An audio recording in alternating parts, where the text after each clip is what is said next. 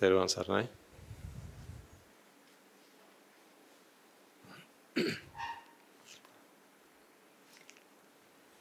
I have a letter. Another one, yep.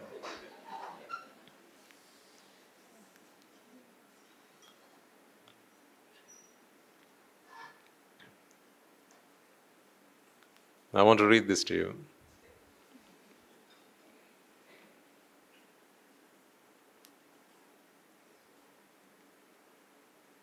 Because I think this is a testimony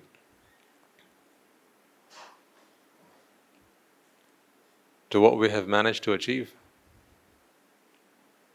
over the many months. As I always tell you, this is not just one man trying to change the world. I suppose it is one man trying to change your world. But then when you all get together as a community, each and every one of you contribute to that change. And then together, collectively, that's a massive change that one man cannot make. So this is a testimony to that. As you listen to this, I want you to reflect on what your contribution has been to this. And I also want you to look within yourselves and ask yourselves if similar has not happened within yourselves as well. Because I believe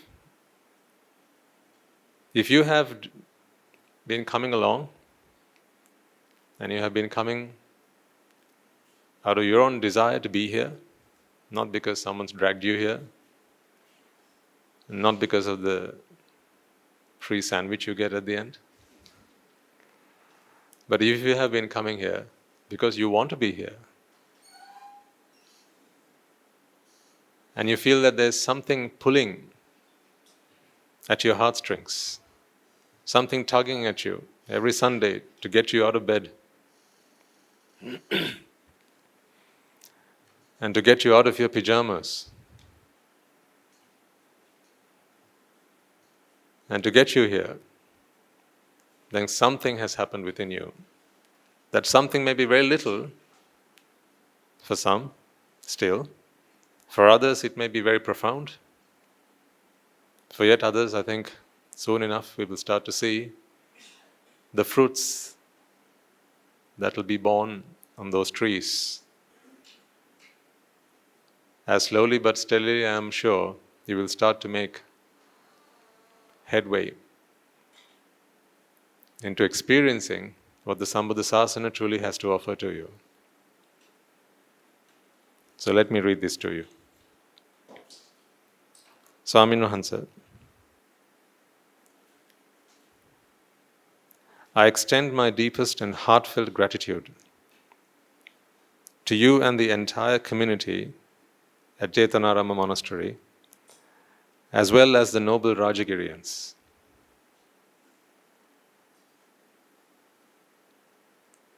Your presence and guidance have been a beacon of light in my life. There was a time when I wandered through life, feeling utterly lost and disconnected. Like I said, I want you all to look within yourselves and see if this does not resonate deeply. Because this cannot be one person's story. Many have walked this path before, and many have experienced similar transformations happen within themselves. This is you.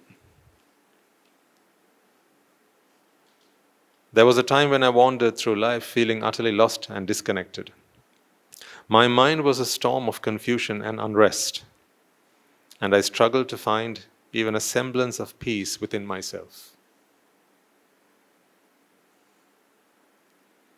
Reflecting on that dark period now, it's hard to fathom how I managed to persevere without any real sense of purpose or direction. Each day felt like an endless struggle, and I often questioned the meaning of my existence.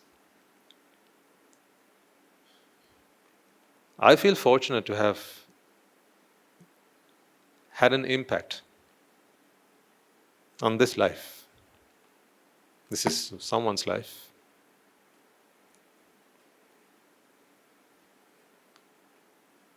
I feel that there was probably a point in whoever this person is, in their life,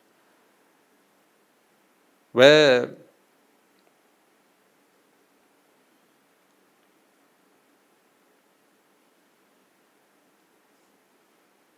it was a very fine balance between sanity and maybe insanity.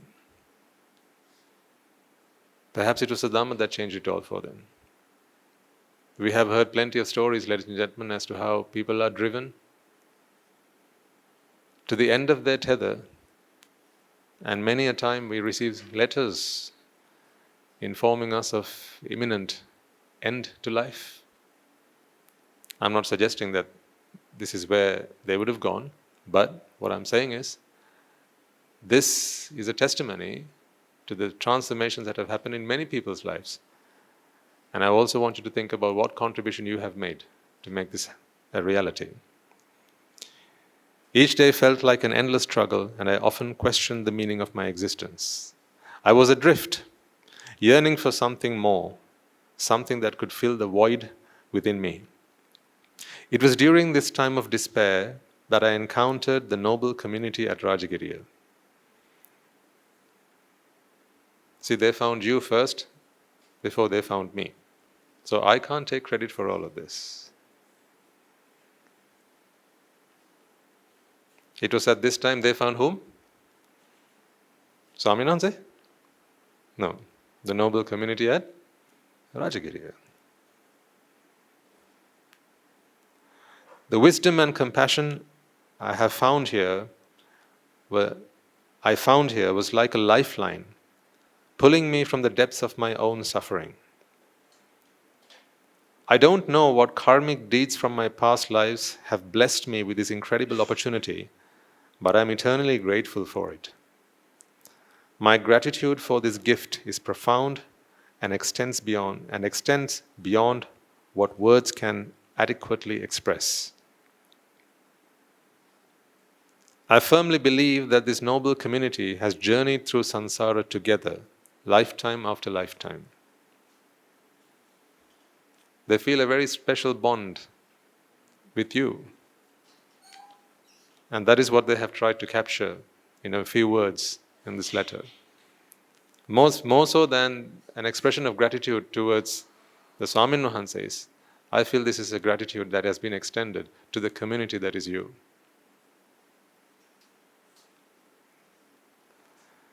It is a comforting thought to know that we have all been companions on this long and winding journey, supporting and uplifting one another through the ages. The bonds that we share are not merely of this lifetime, but are woven through the fabric of countless lifetimes. This realization fills me with awe and reverence for the journey we are all on, and for the incredible minds who accompany me on this path. Theruvan Saranai.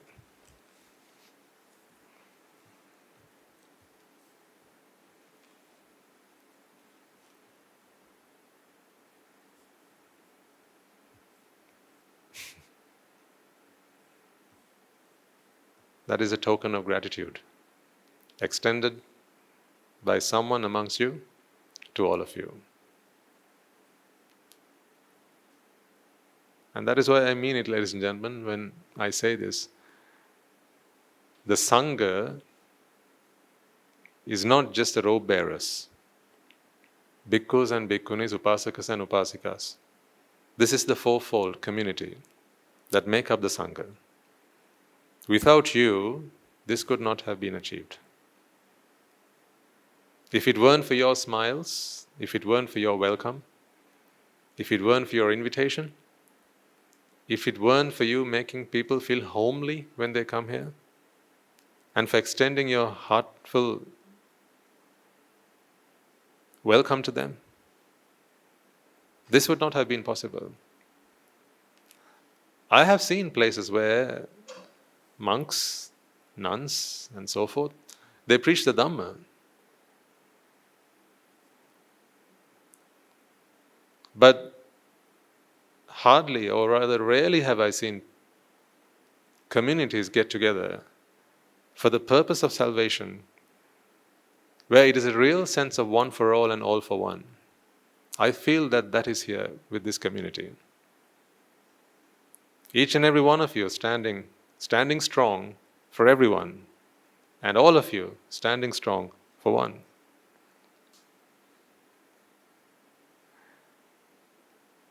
If there's anyone among us, if there's anyone here who's going through a hard time, hardship, would you not be willing to put your hand up and spend a few minutes with them? Wouldn't you? If anyone amongst you would say, Swamin Hansa, I'm really going through a tough time. The waters are really rough. Life has taken a bad turn. I don't know what to do. Things are getting really out of hand and I need help.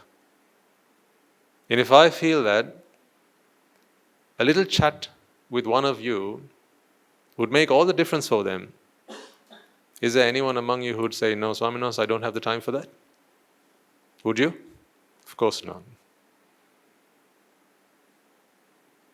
That is the community that the Dhamma has been able to create.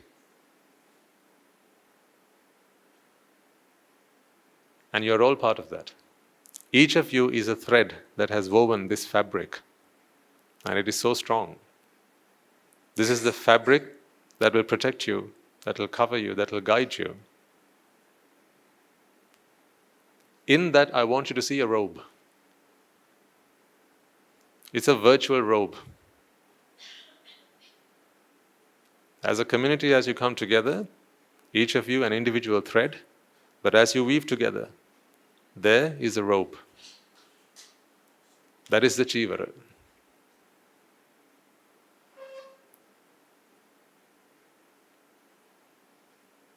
This is the kind of community that will encourage and inspire men and women to take the next step, to go forth into the sasana. Because before anything, ladies and gentlemen, one must feel love and compassion and a sense of homeliness. Otherwise, you won't enter the sasana without that. After all, Nibbāna will happen eventually, but until then, you have to be happy, right?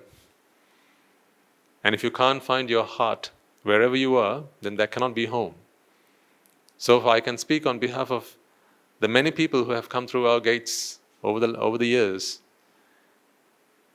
initially they came looking for Nibbāna, but they stayed because they found home there. And then once they found home there, then from then on, they started working on their salvation. That's how it always works, and that's how it is supposed to work. We are not an academy. We are not an academy where we just dispense Nibbāna. It's not a counter. Next.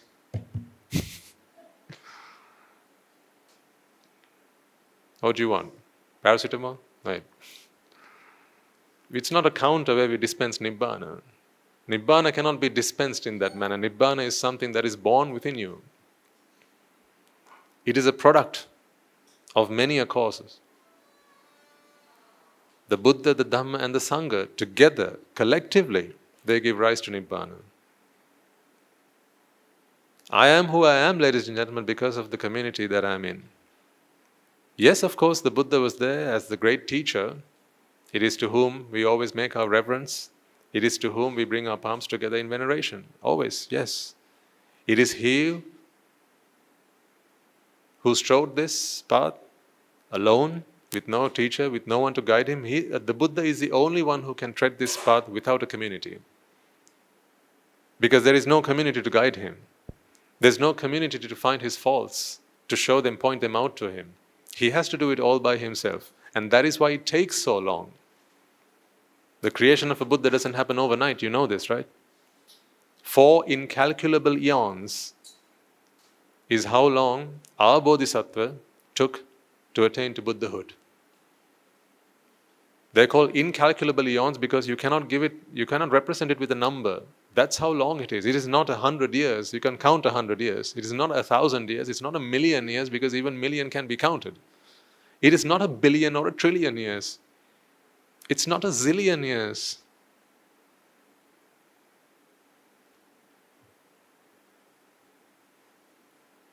Imagine a container 16 miles long, 16 miles wide, 16 miles high. And in this box you fill this with mustard seeds. And then you take one out every 100 years. The time it takes to empty that box is still shorter than the period of a eon. And that's not even an incalculable eon. There are different types of eons. That's just one eon. Many, many, many of those go into making an incalculable eon.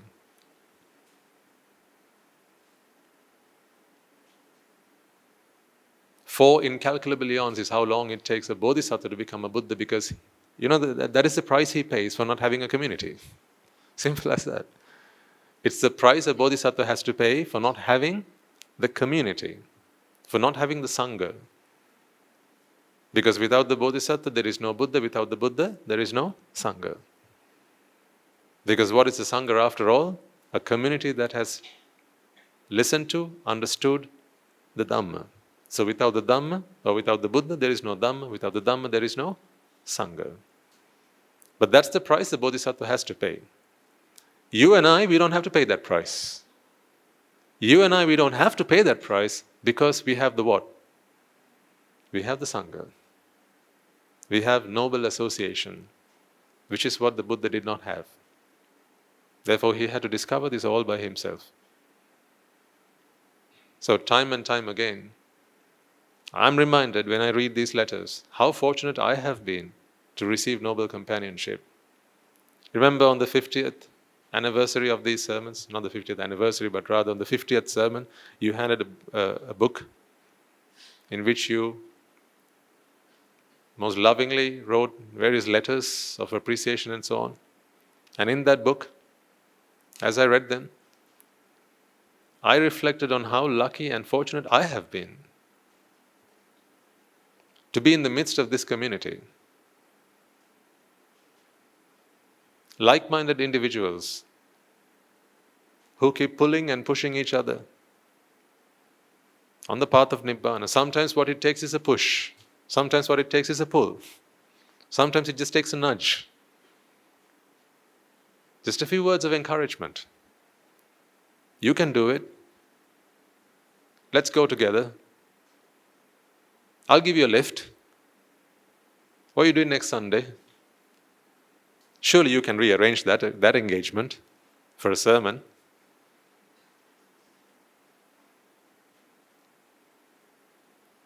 If you're going, I'll come with you. Sometimes, it's just a few words.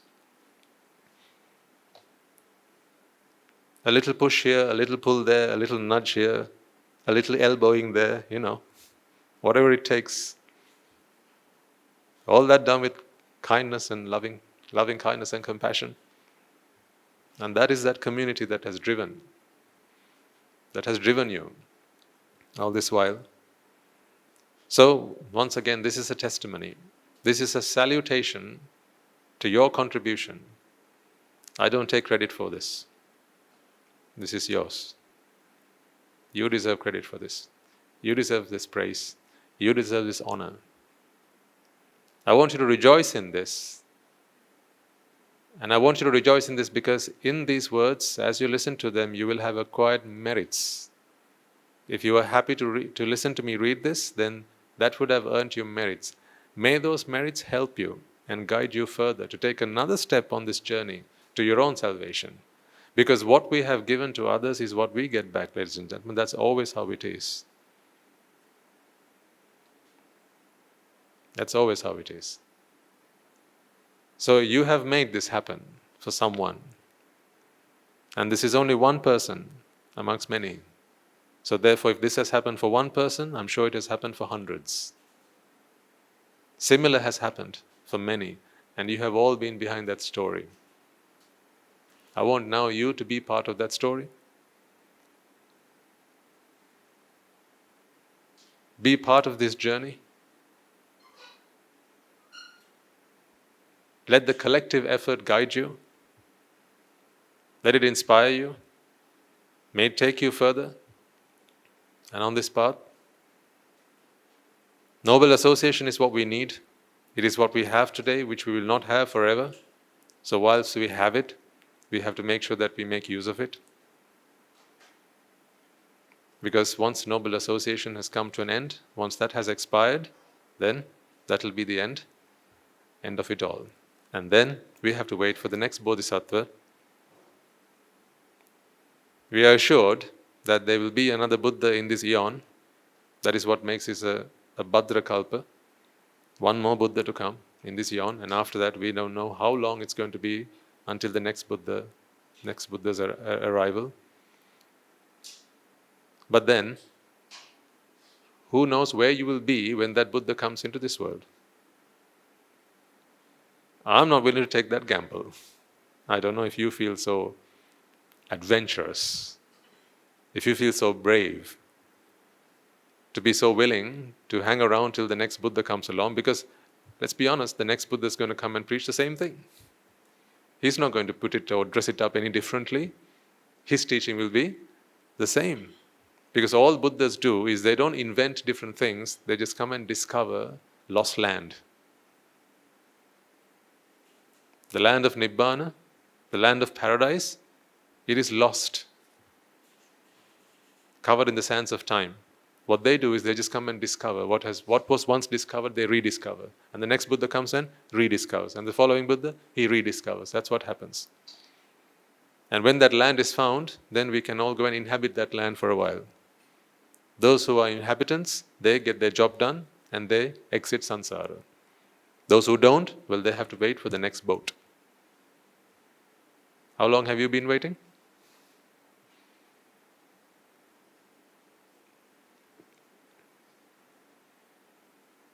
Our Bodhisattva passed 512,027 Buddhas. I'll say that again. Our Bodhisattva, he passed 512,000. Not 512, 512,000. That's 5 lakhs and 12,000 plus another 27. It's not like a Buddha comes every weekend.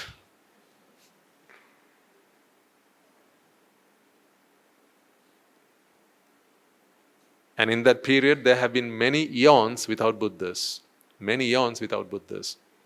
Such was the time it took our Bodhisattva, who had profound wisdom. His strength was his wisdom. There are other Bodhisattvas who are stronger in their willpower. There are others who are stronger in their faith. But our Bodhisattva, he's a very special one. That's why it took him only such a short period of time. Those who have great willpower but not such wisdom, it takes them 8 incalculable eons. Not 4, but 8. Those who have a lot of faith but not so much willpower or not so much wisdom, it takes them 12.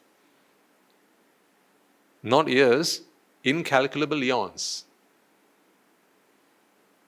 So there were plenty of those Buddhas interspersed in this journey that our Bodhisattva took. So just imagine how long that period of time might have been.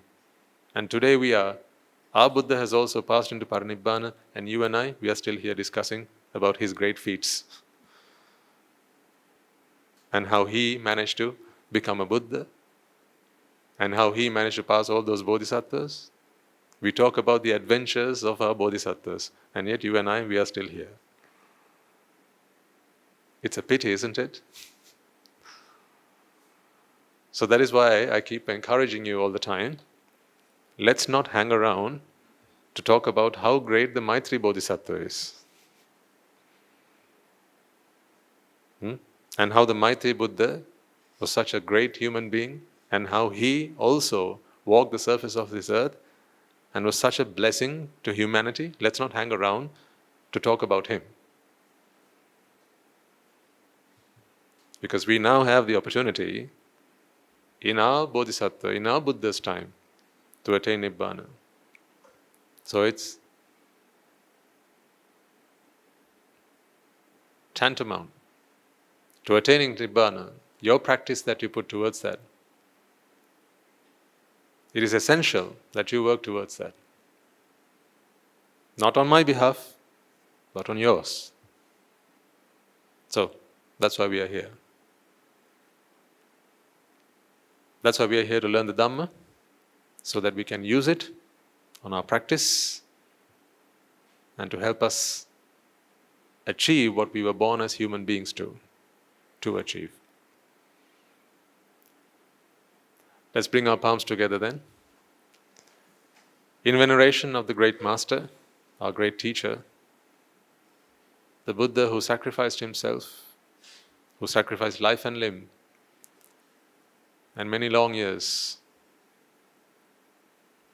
on our behalf, so that all sentient beings could attain to the ultimate bliss of Nibbana.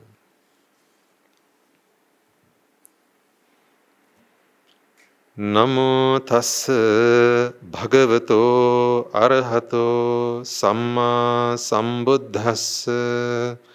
Namo tassa bhagavato arahato samma sambuddhassa. Namo tassa bhagavato arahato samma sambuddhassa. You're looking at me like I have all the answers.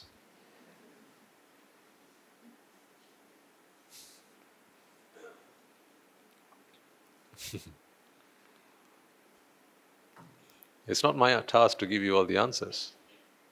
So don't look at me like that.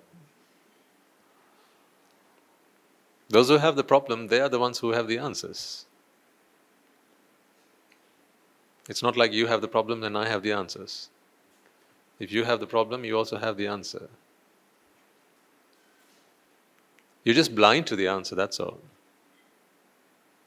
You have the answer.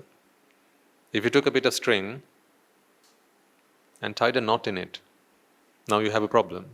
Where is the answer? To look for the answer, where do you look? Somewhere else? Then? It's in the string, isn't it?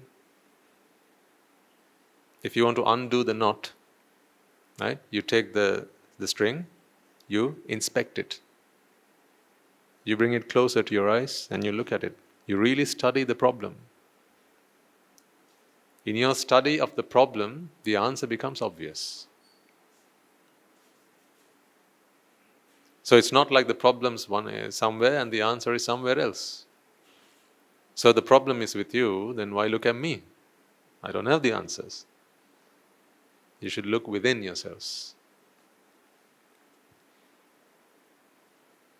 There is no problem really than not seeing the answer itself. That is the problem. You see, when the Buddha discovered the truth and he proclaimed the truth under that Bodhi tree, actually not under the Bodhi tree at that time, when he gave his first discourse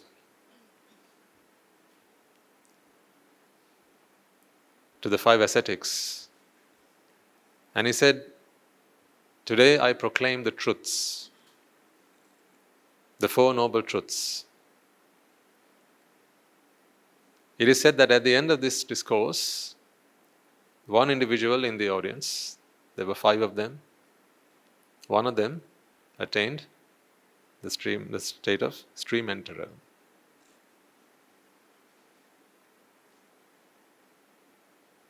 So he entered the state of stream enterer, meaning he saw the truth.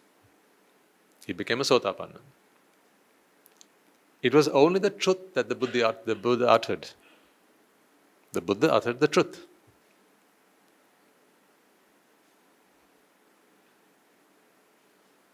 He said, "Idam dukkham." Pubbyananu sutesu dhammesu chakkang udapadi, jnanang udapadi, vijja udapadi, aloko udapadi. This is the truth. This is the first noble truth. And I have seen it. I have realized it. I have witnessed it. And that's what he said. Someone in the audience listens to this and he understands the same truth. When he understands the truth, that is all that was needed for him to become a stream enterer. Meaning, the point I'm trying to get across to you is, the problem is simply that you don't see the truth. That is the problem. There is no other problem. There is no additional problem to not seeing the truth.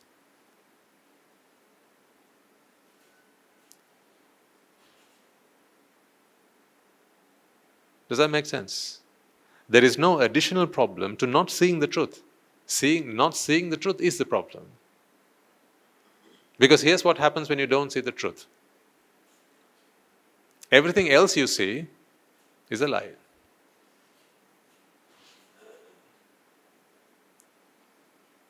Because there can only be one truth. If there's one truth, then everything else is a what? Is a lie, is a falsehood. If one is true, then everything else is false. So, your problem is not that you see 100 false, 100 things false, or 100 falsehoods. The problem is not seeing just one truth. That's all you have to do, just see one truth. And when you have seen that one single individual truth, then it is not incumbent on me to teach you that everything else is a falsehood. You don't need that. Once you have seen the truth, everything else becomes obvious to you are falsehoods.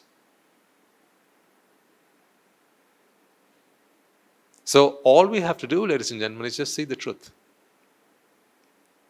Now, as simple as that might sound, you might think, well, yes, we get that, Swami Hansa, so what do we have to do for that? You just have to see the truth. That's all you have to do. Just see the truth. The truth is staring at you in the face. It's there. This is why a Buddha does not have to invent the truth. Because it has always been staring at him in his face. It's always been there. Buddhist philosophy is simply a discovery. It is not an invention. The Buddha discovered the truths. He discovered the truth, he realized the truth, and he said, in this world, there are no sentient beings as you would like to think, but what they are is Rupa, Vedana, Sanya, Sankhara, and Vijnana. There's mind and there's matter. That's what there is. So why do you call each other husbands and wives when all there is mind and matter? Why do you call each other brothers and sisters when all there is mind and matter? Why do you call yourselves Sri Lankans, Indians, Pakistanis when all there is mind and matter? Why do you call yourselves Buddhists and others call themselves Christians, others call themselves Muslims when all there is mind and matter? If all there is mind and matter, are we so different from each other? Isn't there more about us that unites us and makes us all the same than there is whatever divides us? The only thing that divides us is ignorance. That is the only thing that divides us, ignorance. I hope you understand the profoundness of these words. The only thing that divides us is ignorance.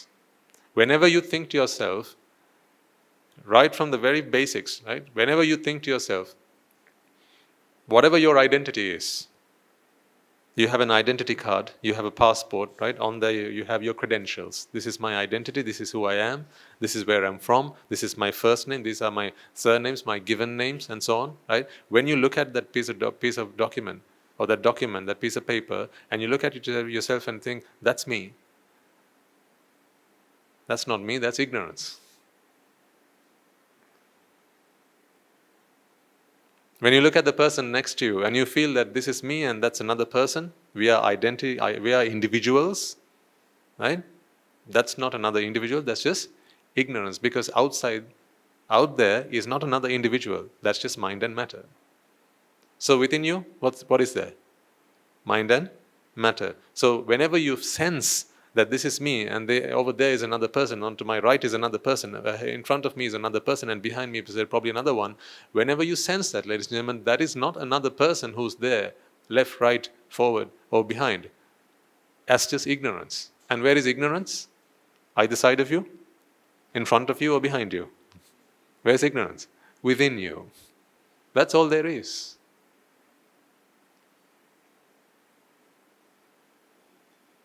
So why did you get married? Because you were?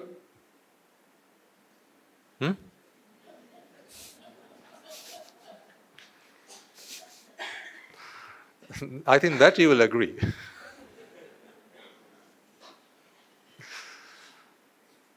That's why sometimes you catch yourself saying, if I had known better, if only I had taken my mother's advice. But I mean this in another sense. You got married because you looked at another person and you thought, there is another person. But all there was is mind and matter.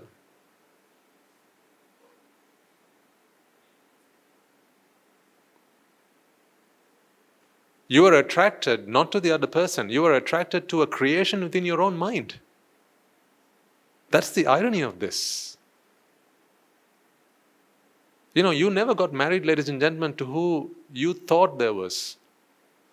You brought home another package of mind and matter, but in your mind you were bringing home, that's what you thought, you were bringing home, you thought another individual, but actually what you brought home was another package of mind and matter, that's all. It was just another collection, just another panchaskandha. If you'd realized this at that point, at that time, you wouldn't have done that. Because you yourself is just mind and matter. Why do you need another lot of mind and matter? What's that going to add to your life? How does that make your life any richer? There's one heap, on top of that you heap another. Now how many heaps are there? Still? One. Picture this in your mind. You have a heap of sand, onto which you put even more sand. Now how many heaps do you have? You still have one.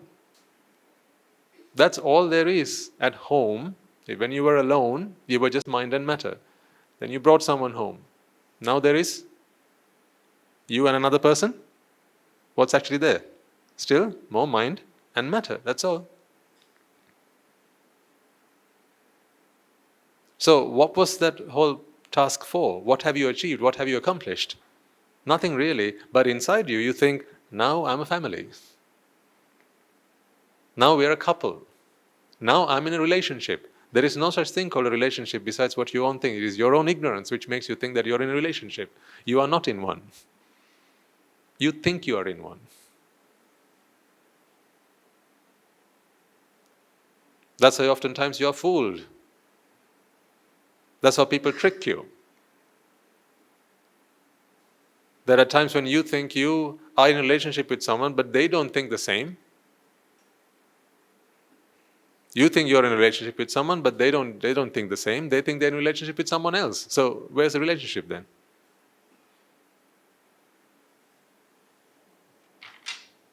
This is you. This is the person you're attracted to. This is the person they are attracted to. Person 1 and person 2. This is you, the person you are attracted to, the person they are attracted to. Okay? So tell me, where's the relationship? You think this is a relationship. You actually feel that I have a relationship. That you give them names, don't you? I have a really strong relationship. You almost feel like there's something that exists between the two of you. You feel like there's something that ties the two of us together.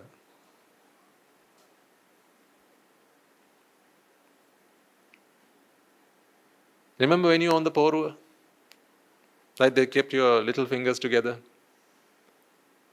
Right? And they tied the string around it. And then you exchanged rings. Yeah? When you exchange those rings, and sometimes these rings are inscribed with the other person's initials and so on. Remember those days?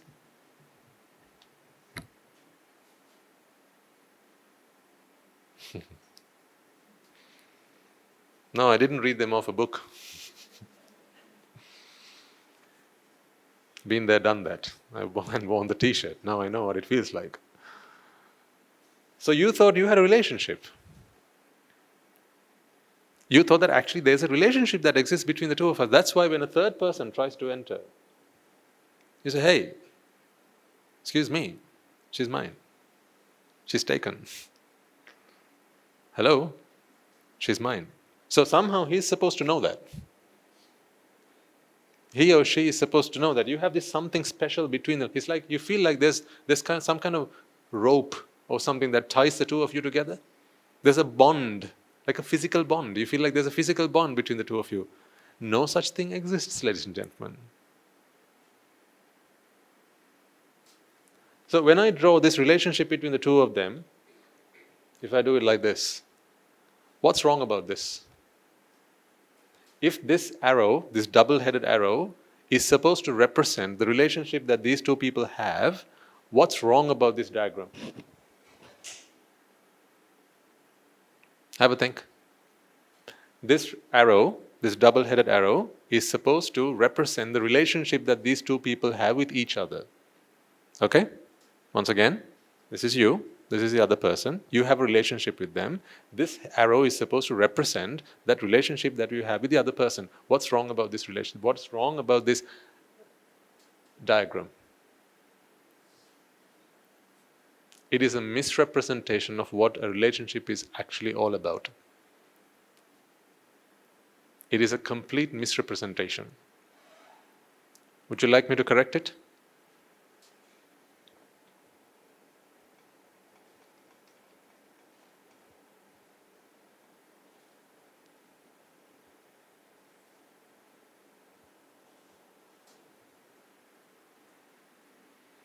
That's what it is. Nothing exists between the two of them. Nothing. Not virtually nothing, literally nothing.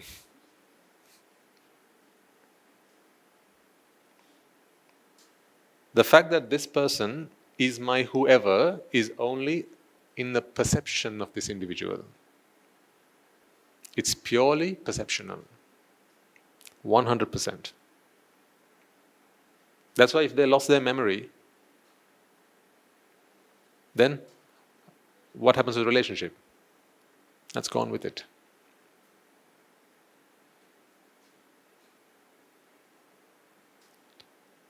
So if that relationship is dependent on them remembering that this person is my whoever, let's say spouse, if it's dependent on this person remembering that this is my spouse, then how strong is that bond? As strong as their memory in that case. See, that's why people cheat on you. Because these relationships, they are never with you. Don't fall into that trap. When someone comes up to you and says, I love you, you almost feel like now they give you love. It's like they have extended their love to you. It's like they radiate love, and now somehow you are in that force field of love. That's how you feel. Do you remember falling in love? No?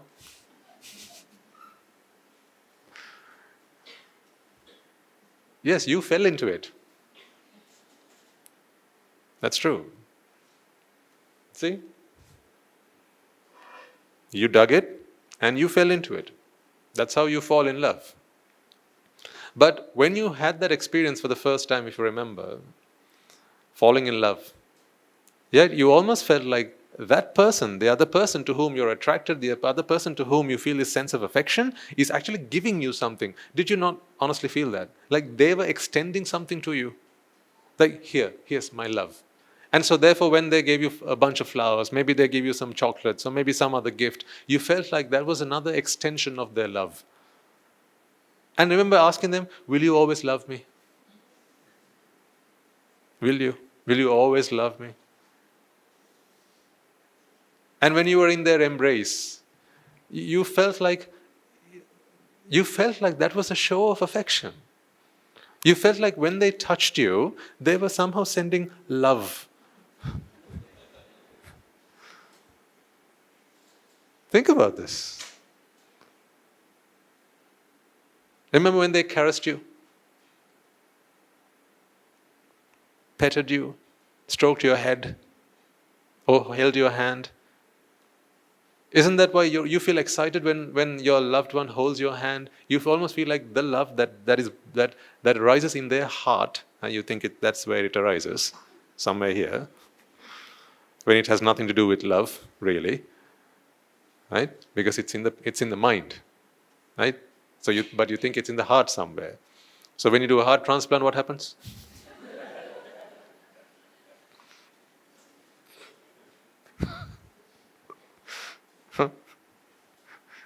Then it will come with the baggage.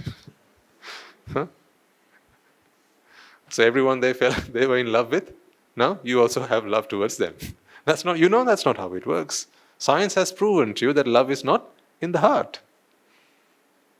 That's the very reason a heart transplant still works, and when they regain consciousness after their surgery, they're back to loving the same people that they loved before they went to the operation theater. So it's not in the heart. But somehow when you hold someone's hand, you feel like there's love that emanates from the heart, and it flows through their bones and their blood and their vessels, and somehow it goes through their fingers and then through to yours. That's why you want to interlock your fingers, right?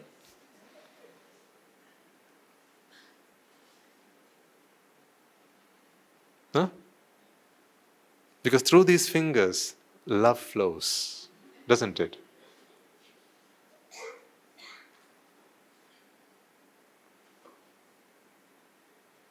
That's what I'm asking you. How do you represent love? This way? Sometimes you feel like it's only like this. Yeah? Sometimes you feel that it's like that. I love you, but you don't love me, no.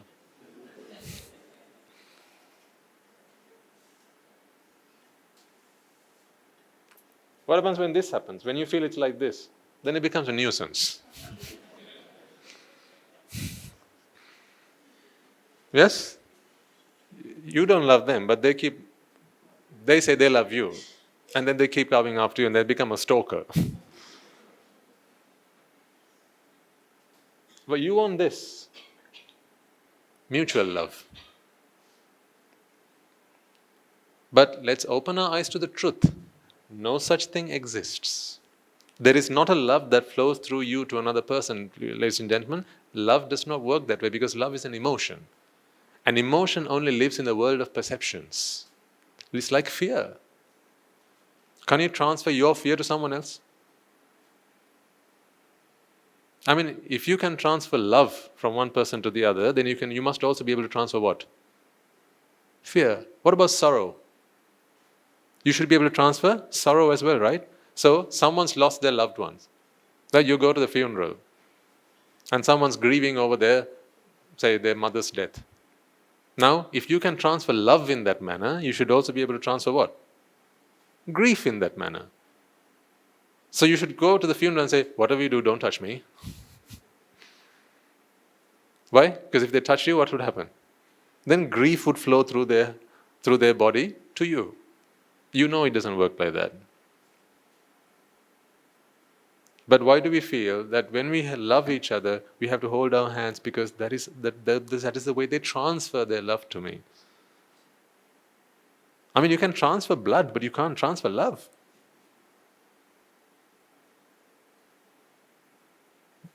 This is the circle of, this is the world within which love exists, fear exists, grief exists, sorrow exists, jealousy exists, lust exists, desire exists. All of these things exist in this little world. You are an island.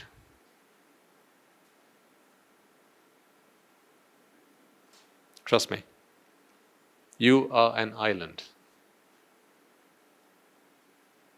You have never given love to anyone, and you have never received love from anyone either. But when your little one cries and looks up to you and goes, Amma, you feel like now you have to hold your child so that you can transfer that love to the child. No, it's not true. Because love is not something you can transfer. It's an emotion that has to be born within the mind.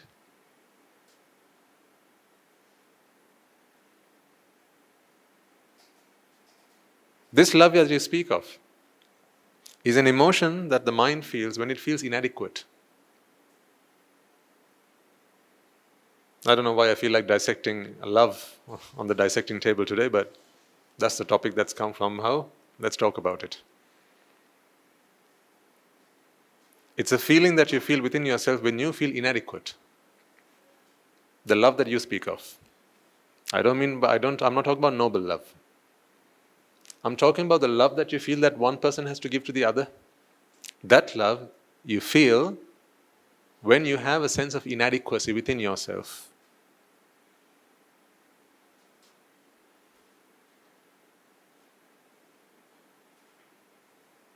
I'll explain to you why I say that. When you feel like you love another person, right?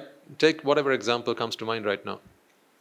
Right? Whoever you love in this way. I don't mean noble love, by the way. That is loving kindness. That's a different kind of love. Noble love is different. That noble love, even an arahant has. I'm not talking about that. Because an arahant does not feel a sense of inadequacy. They are complete. So let me explain to you why I say that love, this kind of sentimental love, the love that we expect from other people, the love that we feel that our husbands and wives should show us, the love that we feel like our brothers and sisters should show us, the love that we feel like our family should show us. Now at the end of this talk, I'll probably say, be a good mother, be a good father, be a good brother and a sister and a good husband and a wife, right? And show people your love. Of course, I'll say that. I mean it in a different sense. This worldly love, I have no time or place for it. Because it is a sense of inadequacy that arises within you. That's why that love you can't give to everyone. Think about this. The kind of worldly love, or what I like to say, dirty love, it's not pure. That love is not pure. Because pure love, it matters not who the other person is on the other end. That's pure love. Whether saint or sinner, you can love them equally. Pure love. But I call this dirty love because it is all dependent on what you want out of that relationship. That's why your love today will change tomorrow. That's why relationships break. People that you love today, to the moon and back. Sometimes, you say, till death do us part. Remember those words with which you promise the other person, till death do us part. And then you part, and you're still fine. And then you just go and find the next one. And then you say it again, what? Till death do us part.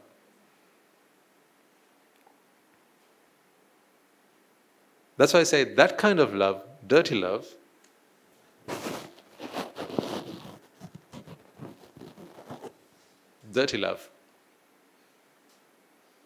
it's tainted. It's tainted with selfishness.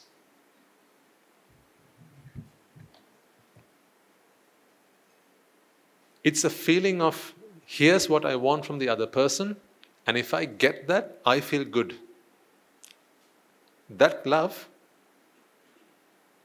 is an expression of that emotion. You feel that love when you sense you get what you want from the other person. It's, in other words, really a sense of pleasure that arises in your mind. That's why you don't experience that when the other person does not give you what you want from them. That's why those love relationships sometimes turn into hate relationships. Sometimes people say that, right? We have a love-hate relationship. That's why two lovers today can go on to become worst enemies. I've seen people who were in very loving marriage relationships, and then something happened. Right? Maybe it was the in-laws, maybe it was something else, maybe this person came along, and then this person no longer wanted to be in this relationship. So when I say this person came along and this person no longer wanted to be in this relationship, what do you think happened here? This broke down? You think this broke down? No, because no such thing existed. All that happened was within them there was a sense of love. This is an emotion. So therefore, now what happened? You think a new arrow was formed like this? No. Nothing, no such thing happened. All they realized was, what I like, it's not this person that's going to give me, this person is. Love is very selfish. Therefore, where there is no self, there is no love. What kind of love am I talking about again? Dirty love. Dirty love is selfish. Therefore, where there is no self, there is no selfishness. Therefore, there is no dirty love. All there is pure love. But this word love, it has many connotations. So therefore, even when I say an Arahatun Wahanse has love, I don't know if everyone understands me in the way that I mean it. Because people have known love in a very contorted, very distorted way.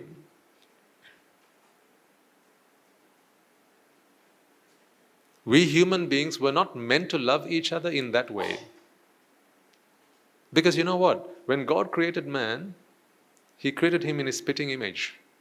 That's what the Holy Bible says. And He created him complete. There were no inadequacies. Complete. No inadequacies. But somewhere down the line, they ate the forbidden fruit. And then what happened? Inadequacy.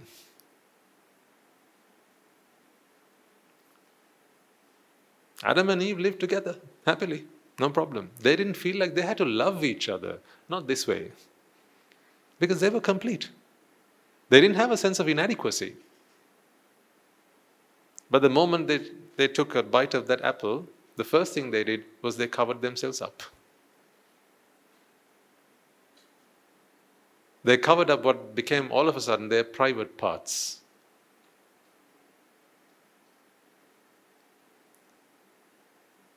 What part of you is private?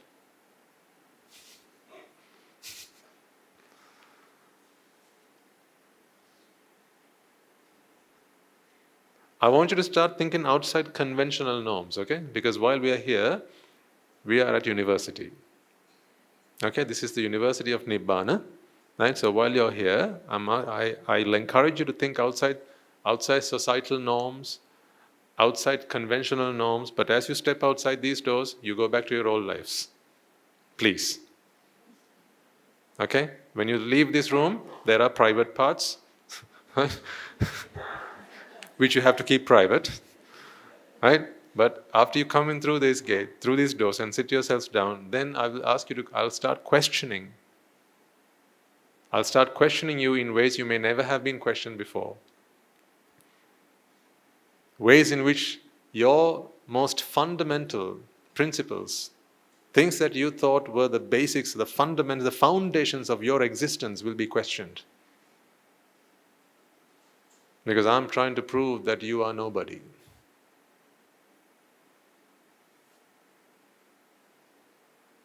How can there be a private part of a nobody? What's so private about a private part? What makes it private? So the rest of it is public, is it?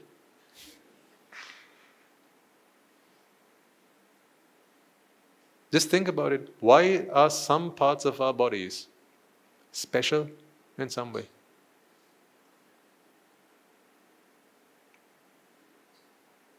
I hope this is two adults speaking to each other, right?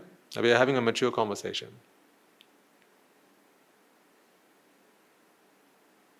Why are some parts of your body special in some way? What makes them special?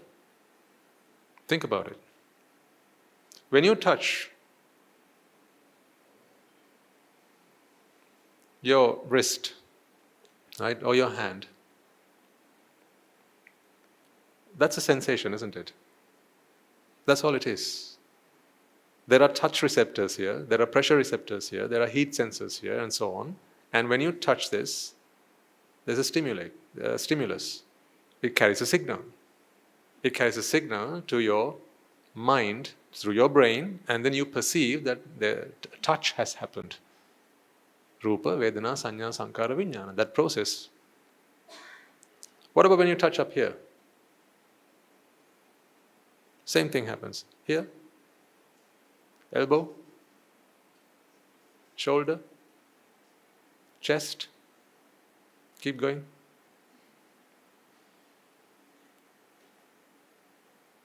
Now we enter forbidden territory. How? I mean, what changed?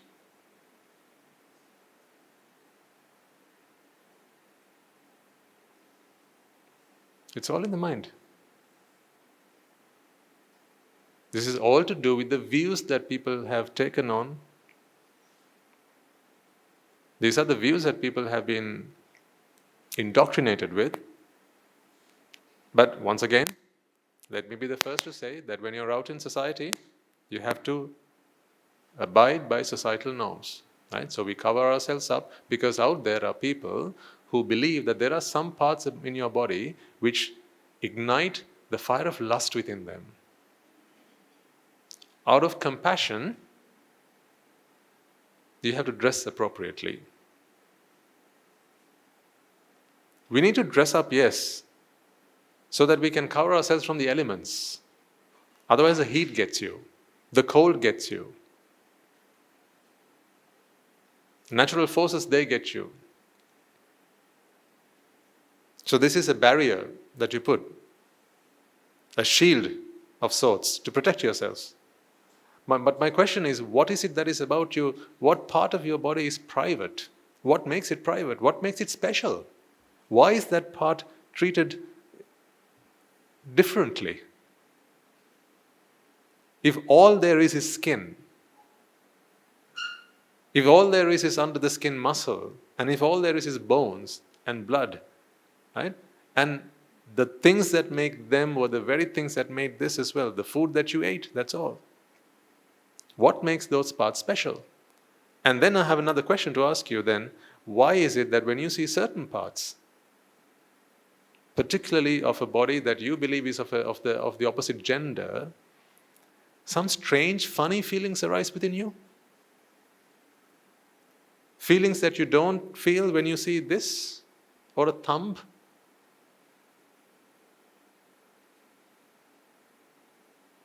Just imagine if people had such feelings when they saw a person's thumb, then you'd have to have something to cover this up as well, wouldn't you?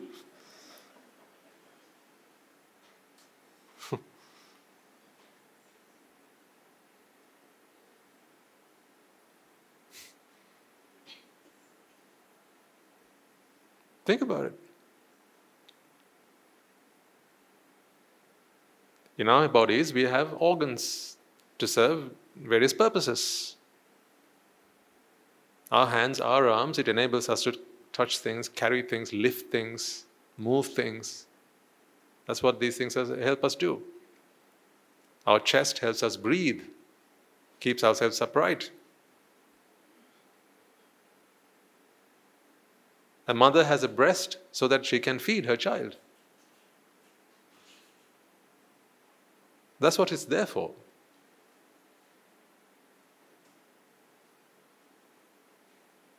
But how come it has become something else? Why is it that when you see it, some funny feelings arise within you? But do you remember when you were a child, you fed on your mother and no such thing happened? But how come today,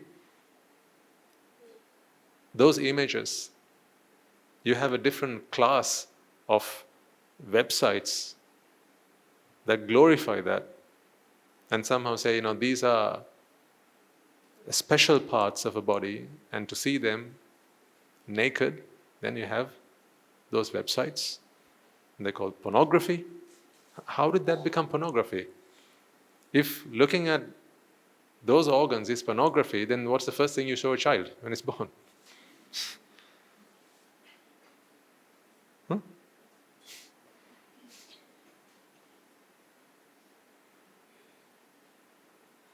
You don't show a child Tom and Jerry, you show it pornography. Mothers? Yes?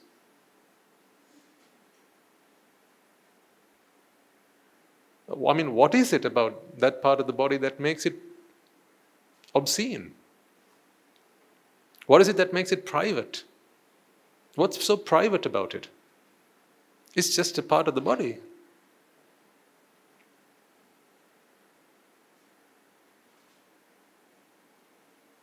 But it's what people have put into your minds.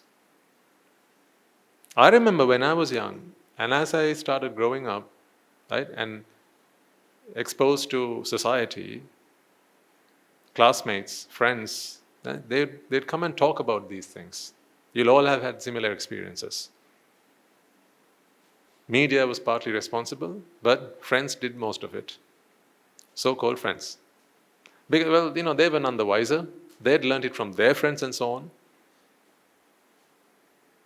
And somehow they came and, represented certain parts of the body as somehow very special.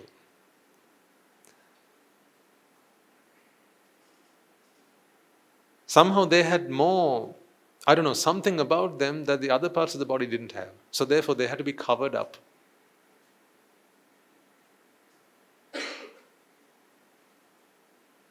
And to get a glimpse of something like that was like winning the lottery.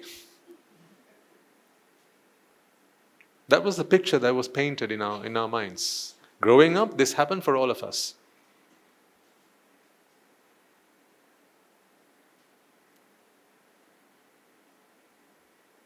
And so the more you covered things up, then the more the curious mind wishes to find out what it is. And today, exposing those parts of the body, for some they see it as fashion. I don't know why it is fashion, honestly.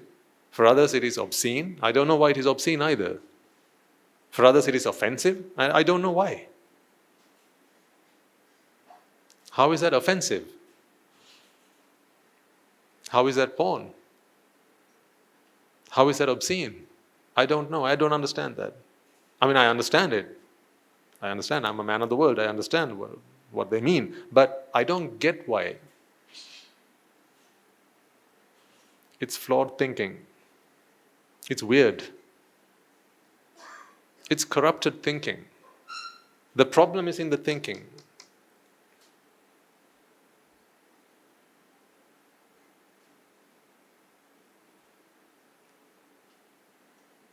See, these feelings like lust, it's not something that someone can excite within you.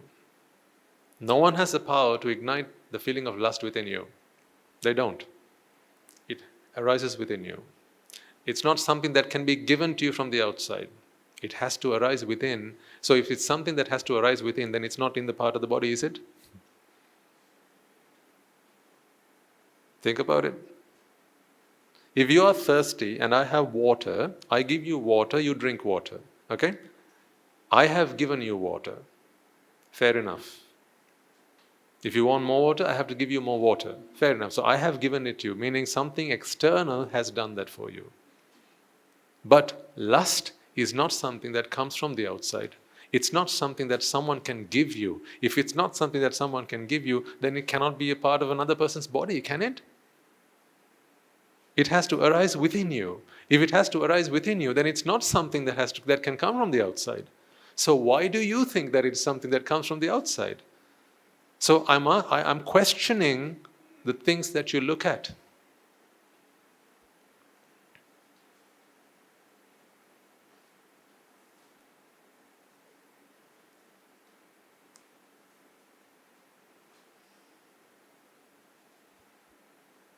I'm questioning.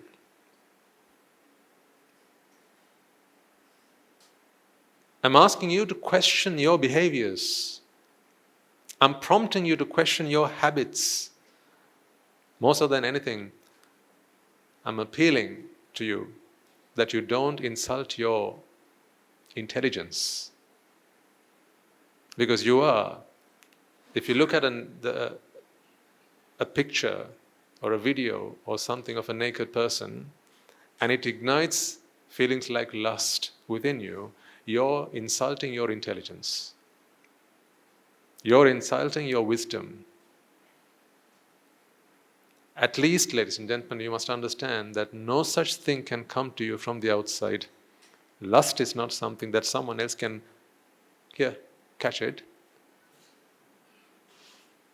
No one can do that. It has to be born within. It is born within because of ignorance.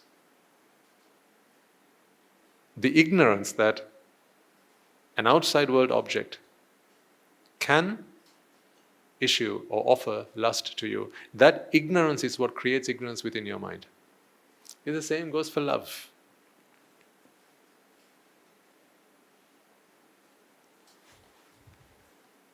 These are the things young people should be taught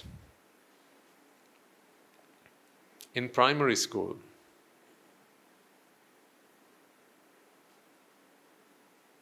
So that they don't fall victim. How many young people do you think waste their time in front of a computer watching things that are going to be of no value to them at all, and things that just keep corrupting their minds and just keeps pushing them down a rabbit hole from darkness to darkness?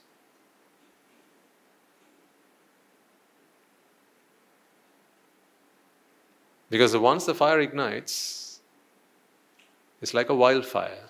It just keeps on spreading and it overwhelms you. It engulfs you. It completely consumes you. There may be some in the audience who have such experiences. My offer to you is the Dhamma. The Dhamma is nothing other than the truth. That is why I'm laying the truth out for you, nothing more. All I'm trying to do here is to show you that some of the emotions that you sense are senseless. They're meaningless. They're not based in wisdom. They're not based in the truth. They're not based in any solid foundation. You are simply a victim of ignorance. That's all. Who wishes to be a victim of ignorance? Then all I ask you to do is open your eyes to the truth. Nothing more we need to do here. Just see the truth. That's why I'm laying down these emotions on the dissecting table, cutting them, slicing them, dicing them to show you what they really are. When you realize what fear really is, you will stop sensing it.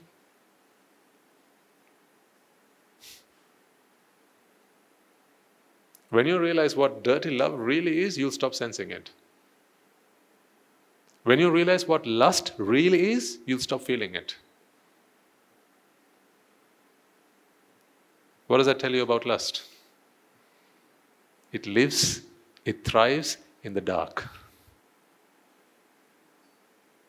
That's why when people have such feelings, such thoughts, they lock themselves in a dark room. Close the windows, draw the curtains, lock the doors, right? Because it's not something that goes hand in hand with light.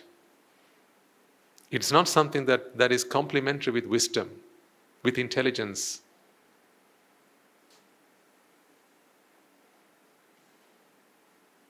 What is true about lust is the environment that you create when you have such emotions. Sometimes you may have walked in to your child's bedroom.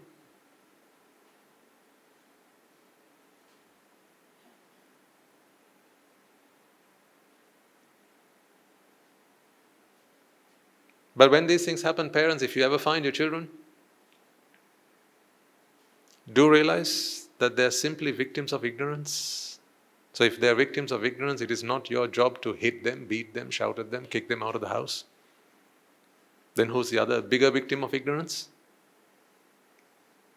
The parents. Because if you don't understand that your child is simply a victim of ignorance, you are also a victim of ignorance. Because you are ignorant of the fact that they are victims of ignorance, which makes you also ignorant.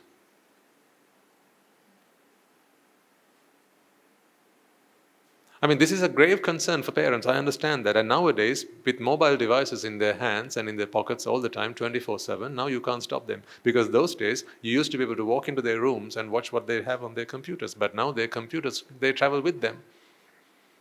So you can't always keep an eye out for them. You can't always be aware as to what they do. They're going ins and outs. You can't. You can't, in this world, you can't always keep your surveillance. Yes, they'll have apps for such things, parent tools, for the parent to track their child's internet browsing history and so on. But please do remember that your children are always smarter than you. Please come to terms with that. They'll always outsmart you. Because technology is meant to do that.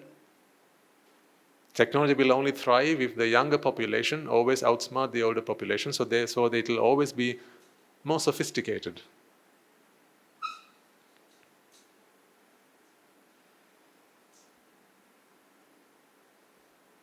That's always how it works. Therefore, there is no other refuge, there is no other solution than simply showing them the truth. That is why it is imperative that parents consider it their duty, their responsibility to teach their children the truth. Because you can't keep them from using a mobile phone. Can you? Honestly. Do you remember when the COVID pandemic came? Right? Young children, young people who had never used the internet before, who had never used computers or a mobile device before, had to be given a computer. There might have been parents who are here today. Back then, you thought to yourself, not until he's 16, not until he's 17, not until he's 18 am I going to give him a mobile phone. But then COVID came.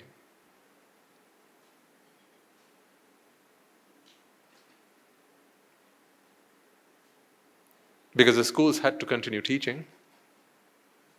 Yeah? So, what did parents have to do? They had to give their children some kind of device. And then the parents had to go to work. They couldn't stay at home to watch the child do what they were going to do.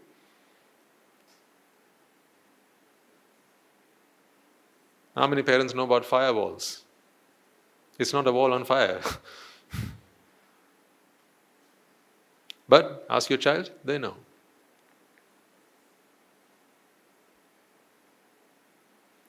Because they learn about these things. When you were at school, you learned about different kind of things. Not these things. You didn't learn about firewalls.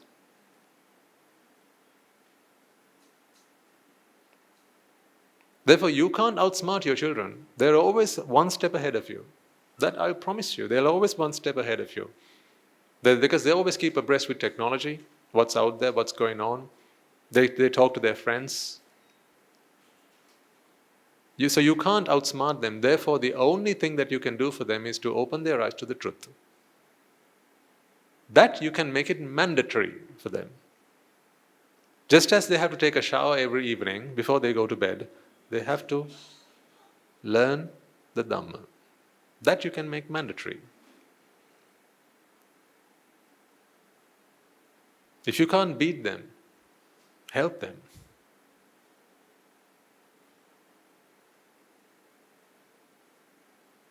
Help them understand what lust is. Don't forbid them from feeling lust. Help them understand what lust is. Because you only feel lust for as long as you're ignorant of what lust is. So teach them what lust is. See, actually what I'm asking you to do is to take these topics which you've always thought, these were not things that I as a parent should discuss with my children. Right? Conventionally, that is how we always managed. But we have moved on now. Right? We live in a global world. If you can't talk about these things with your children, then take them to someone who can.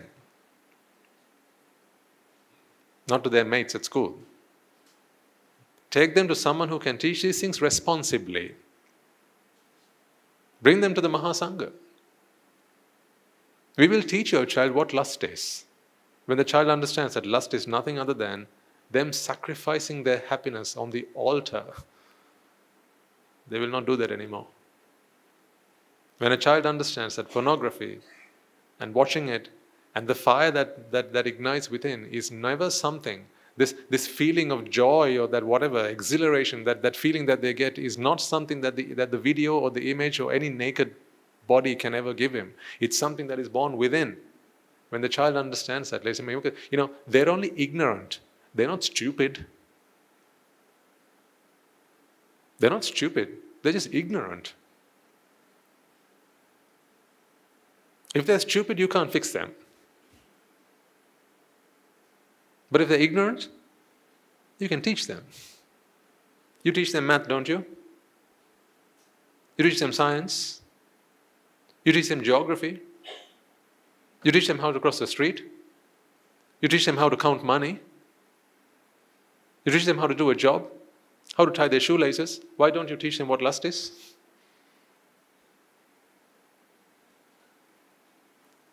You teach them things that they will be using after they graduate from university. But lust, when does that strike? At age 5. That's the going age these days.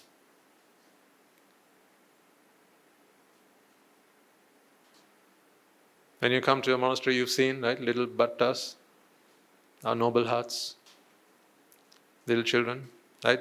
We take children from grade 5 years, 6, minimum age 6 upwards. Children as young as 6, 7, they come to us and they talk about things that they would never dream of speaking with you because you think your child is so naive. You think your children don't know these things. Oh, they could teach you.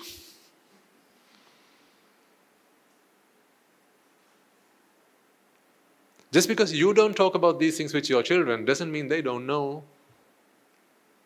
Remember, you have a TV at home. Those days when mothers used to feed their children, they used to sing to them folk songs, nursery rhymes. When we were younger, our parents were younger, our grandparents used to sing them Budugunagi.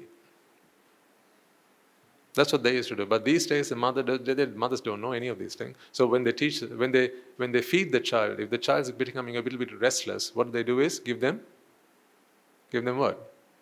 The smartphone.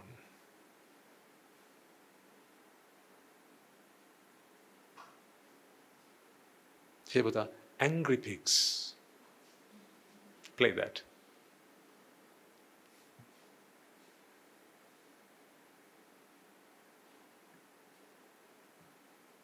That's what the child knows.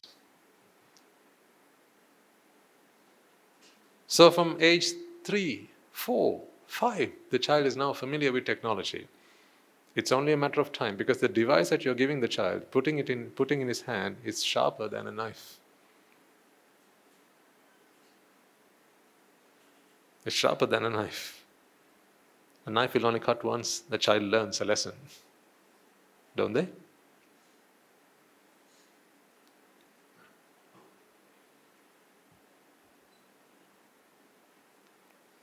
When a child is cut once, the child learns this is a knife. I have to be careful. Does a child ever learn that lesson when they see pornography for the first time? No. Do you think they learn their lesson? No. They become addicted. That's why I say the phone that you put in your child's hand because the child is restless and it won't eat its food is sharper than a knife. The cut is so sharp that you can't even see the cut, but they're bleeding. And these children, they grow up. Then they start growing up, and once they've tasted it, it's very difficult to take it away from them. That's why it is imperative upon us adults to teach our children that it's all born within. Lust should no longer be a forbidden topic between parents and children. Explain to your child, Putra, you know what calm is?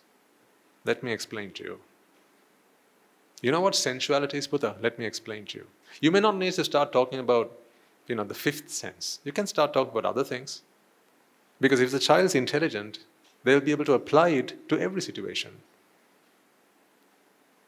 It's like when I have a sermon with you. There are certain topics I can only go so far because of societal norms. As a Swamin Mahansa, there are certain things I have to draw a line. But if Swamin Mahansa comes and asks me, I will explain to him the full detail. Because there are certain conversations I cannot have with you. Certainly not in a public discourse.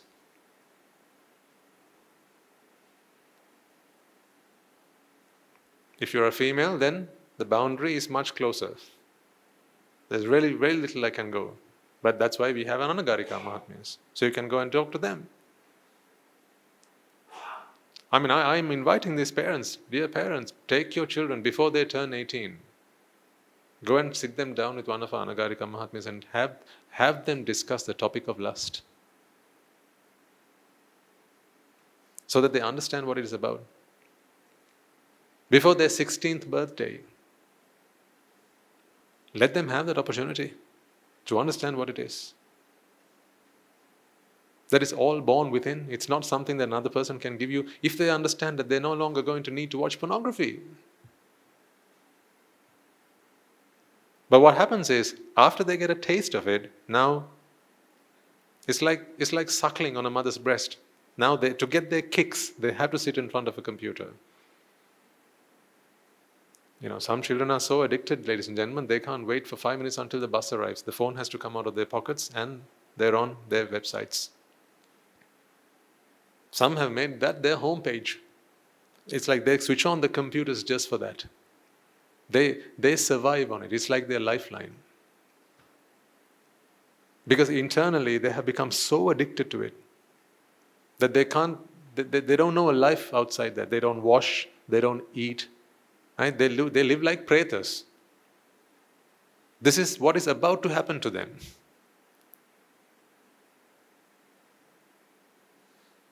It is said, you always create your abode for your next life before you bring this life to an end.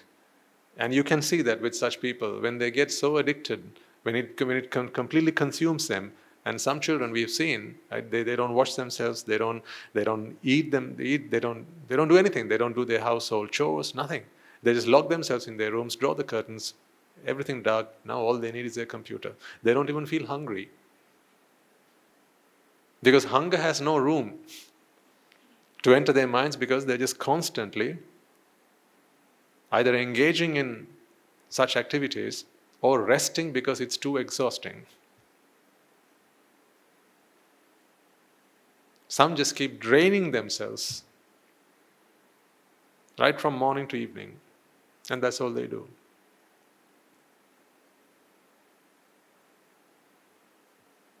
Those days you used to hear these stories only about males, but nowadays even young girls. It's no different now. Technology is bringing everything to your living room, to their bedrooms. You have to do it because you love them, you want to give them a good education.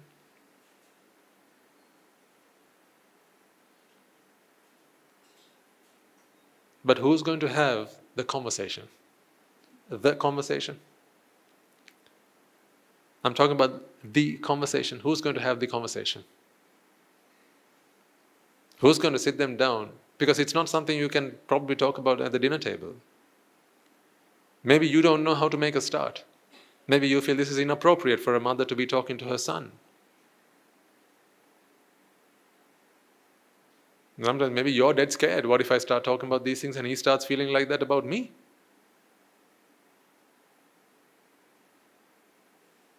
Oh, it's not unheard of. There's a separate category for that on the websites.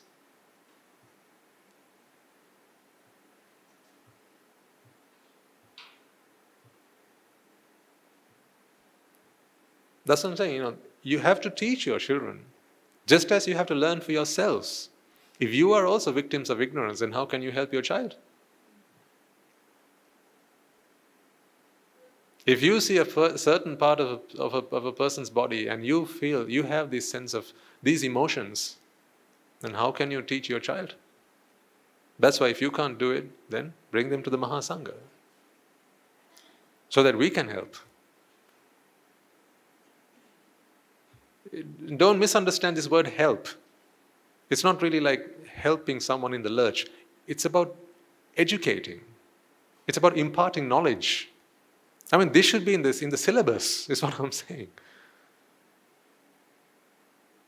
It should be in the curriculum. Teaching Buddhism as a subject doesn't cut it. That talks about the history of the bodhisattva, of how the bodhisattva went on to become the Buddha and so on. That's good. You learn that, you go and sit an exam, you get a good grade. But don't you think all the people who do drugs, most of them, they've also been through school. Most people who are addicted to these things, they've also been through school. They've also done religion. They've also done Buddhism. They've also learned Christianity and Islam and Hinduism and Buddhism, all these subjects at school. And yet, it's not the history of religion that we need to concern ourselves about. We need to learn that, yes, but that is only just part of our education. What we really need to impart on our children, and all ourselves as well, is to really understand what these emotions are. Because otherwise, ladies and gentlemen, you can't handle the beast within you. Don't you dread waking up that demon?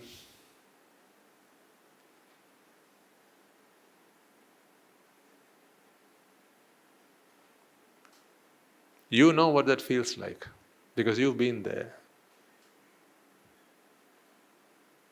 Now don't nod to any of these questions, okay? Because I don't want to give you away. That's not necessary, but I want you to answer these questions within yourselves privately. You know how desire burns you.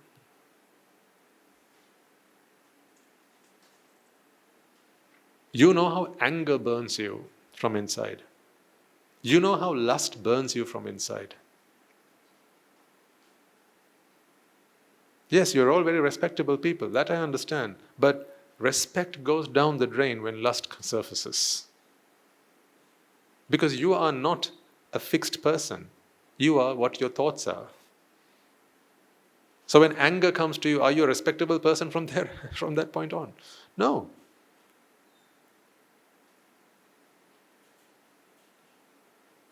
That's one example. When anger strikes you, even you regret, you are remorseful, you resent the angry you, don't you? When you are reminded of some of the things you do and you say when you are angry, later on when you cool down, you hide your face in your hands and you tell yourself, God, how could I do something like that? I hate it when that happens to me. Meaning you're a victim. The same goes for lust, because all you are just minds and matter, that's all. No one's immune to it. Let's face the facts. Yes, you're all respectable people, educated people, you come from a good family background and all that is true. Yes, I understand that. But when a mind is attacked by lust, when a mind is attacked by anger, When a mind is attacked by desire, then you are hijacked. Once you are hijacked, that's it. Now you're helpless.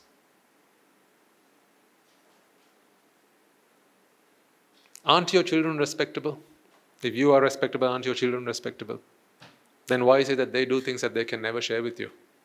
Why do they come up to us and they share with us their problems? Now you're all very respectable people, right? Remember when you came to the monastery once and we had that program and you had a time to discuss one-on-one with Swamin Mahasas and Anagarika Mahatmyas?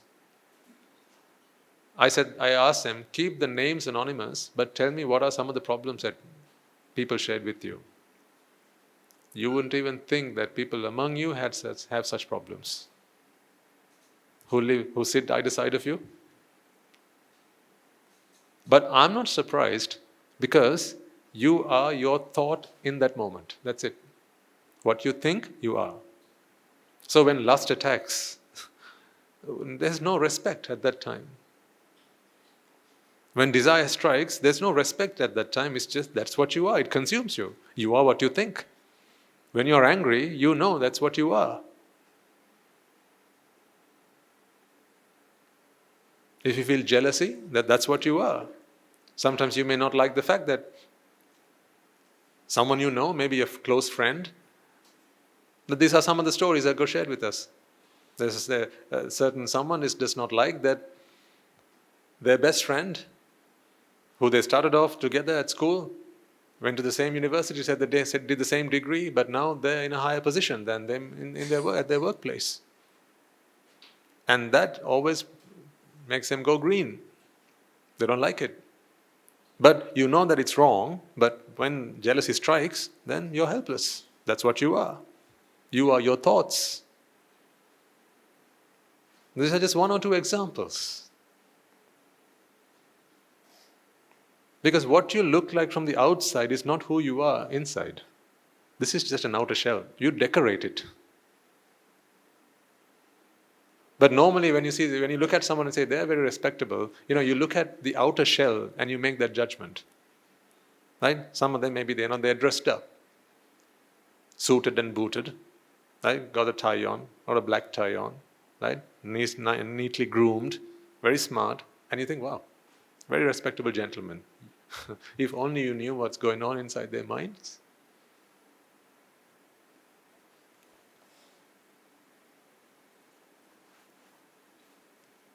Ladies, do you know how many times on a given day people who see you or people who you see rape you in their minds?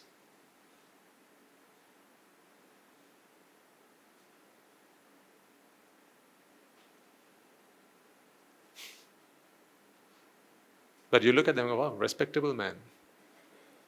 Your mister? He's very respectable. Look at the car he just got out of. Ooh, very respectable.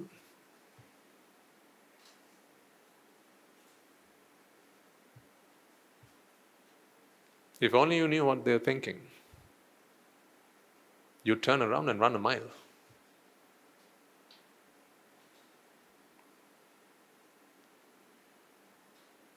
I'm not saying everyone's like that, but what I'm saying is, you are your thoughts. Let's accept the truth. Let's face the facts.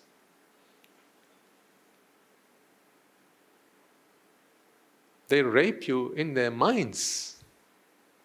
The only thing they can't do is do it physically, because that would be against the law. They'll get in trouble for that. But what they do in their minds, no one else knows.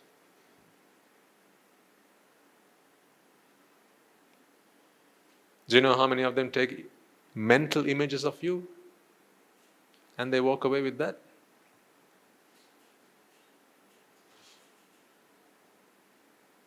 You forget them, but they don't forget you.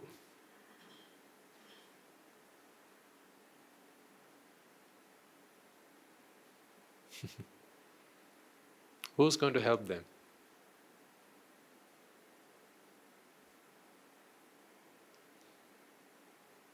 In those cases, you are not the victims. They are the victims of ignorance. But what I'm saying is, don't judge someone by what they look, by what they wear, the car they get out of, or the house they live in. These are the wrong parameters to judge individuals. So what are the right ones? You can't judge, so don't. To be able to judge, you have to be able to look at their minds and see what their thoughts are. You have to be able to gauge their level of raga, dvesha and moha, desire, aversion and delusion. These are the three parameters with which you can judge someone, but because you can't examine how much raga, dvesha and moha someone else has, you can't judge them, so let it be. So therefore, turn your lens back around on yourself and ask yourself, if you like to live a respectable life, ladies and gentlemen, this is the kind of respectable life I want you to live. Just because you're neatly groomed, looking very dapper, doesn't make you a respectable human being. Because up there, they know it all.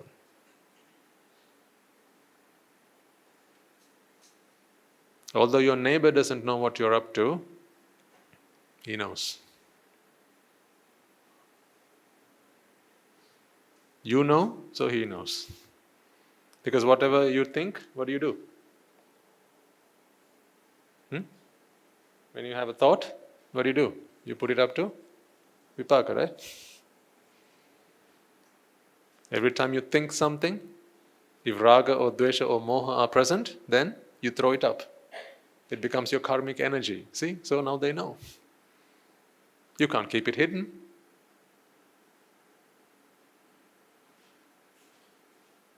You're lucky that people can't see your karmic energy.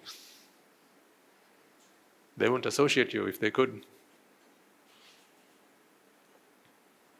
Most people wouldn't. They'd fear you, they'd dread you.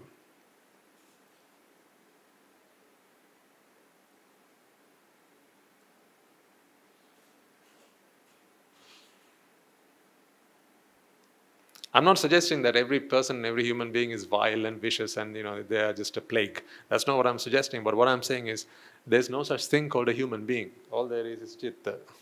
That's what I'm saying. The mind is so flippant. It's so fickle. These chittas, they arise and pass away. Once desire strikes, it hijacks. Once desire hijacks the chitta, there's no saying what's going to happen next.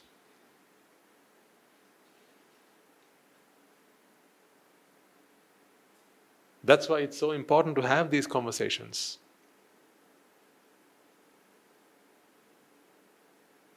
So whenever you experience a sense of lust, please remind yourself that it is not something that someone else has given you. So therefore, if you have a habit, if you know someone who has a habit, if your children have a habit of watching things for the sake of that, because they think that that's a sense of enjoyment, that's a sense of pleasure that they get from watching something, take some time to explain to them, my dear child, lust is not something that you can get from the screen, it's something that is born within because of ignorance.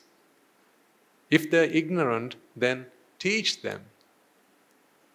That is the only remedy to ignorance, isn't it? What other remedy do you know to ignorance? Shoot them? Beat them? Curse them? Lock them down in the basement for a week? How about starving them? Punishing them?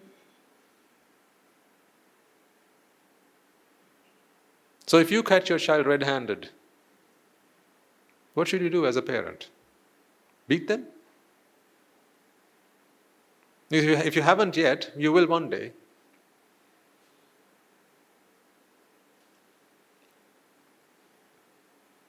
One day you'll stumble upon their doings.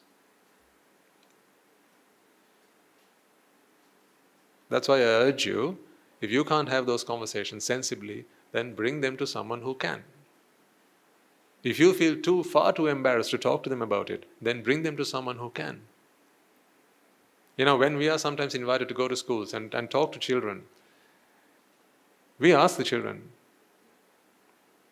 dear children, do you suffer? Do you have these problems where you feel like there's a fire within you and you just don't know what to do about it? and you can't control yourself, you can't do your studies because you're too distracted. And then they walk up and say, yes, I have that problem. Now, let's have a chat. Then we sit down with them, and what we do? We talk about lust. We don't say when you have lustful thoughts, take a nap. We don't say that. We explain to them what lust is.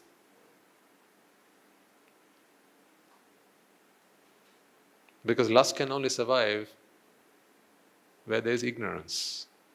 Ignorance is darkness. These are all dark forces.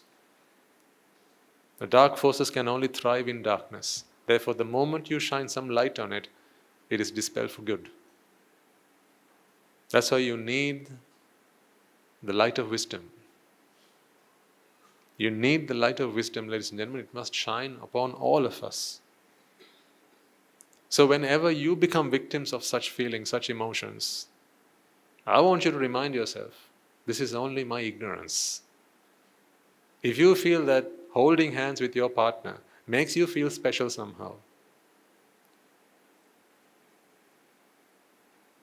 if you feel excited about that, I'm not saying for one moment that when you leave here today you shouldn't hold hands. Hold hands, it's okay. That's a physical activity. What I'm talking about is how you feel about it emotionally. Because if your partner wishes to hold your hand, let them. Otherwise, they won't let you come back to these sermons. If your partner wishes to hug you, let them. If your spouse wishes to give you a kiss, let them. Let them. What I'm saying is, if you feel like you need that, you have a problem. If they need it, they have a problem. If you need it, you have a problem. And if you believe you have a problem, then you need a solution. I'm telling you that love is not something that is given to you by your partner. It's an emotion that you have because of a sense of inadequacy that you have, which is there's something that you want that you can't find for yourself, so therefore you expect it from the other person. And when they give it to you, you sense a feeling of relief. That sense of relief you experience as love. That's why when you have a checkbox, a series of checkboxes. We've talked about this in the past.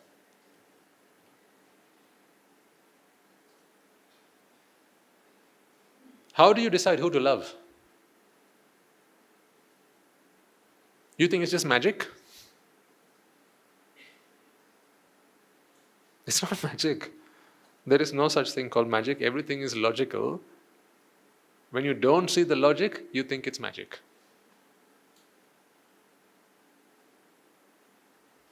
So nothing in this world is magical because everything is hetupala, cause and effect. Where there is cause and effect, there is no room for magic. All there is logic. That is why the all-knowing one, the all-seeing one, comes and shares with all of us, expounds the logic behind everything. The principle of cause and effect, dependent origination, describes, explains, outlines how anything and everything originates. Love is no different. Love is not a magical emotion. It's based on causes. And what are those causes? Ask yourself what these causes are.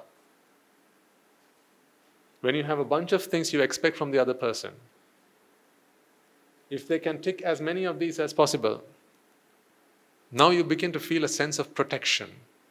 You begin to feel a sense of reassurance that they're always there for you. They will provide for you. They'll be there for you. They'll be your companion. Ask yourself why you need a companion. Because you don't want to be alone. There you go. Therefore, you can't manage to be alone. You can't bear to be alone. Because you can't bear to be alone, you need a companion. So whoever is willing to be your companion now gives you protection. That is your inadequacy fulfilled.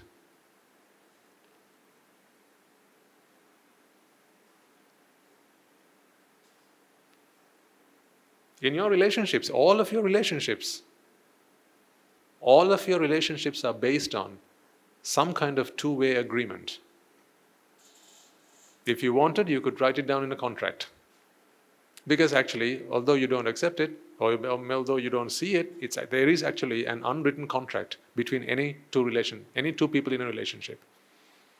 Otherwise, why would people divorce? What leads one to divorce? When the contract? Yeah. When the terms of the contract are not fulfilled, that leads a married couple to divorce. See, I'll tell you what one of the terms are. This is me. This is the other person.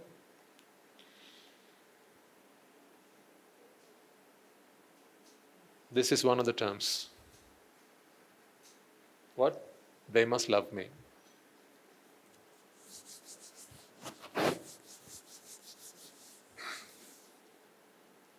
This is one of the check boxes, okay? This is you. This is your spouse.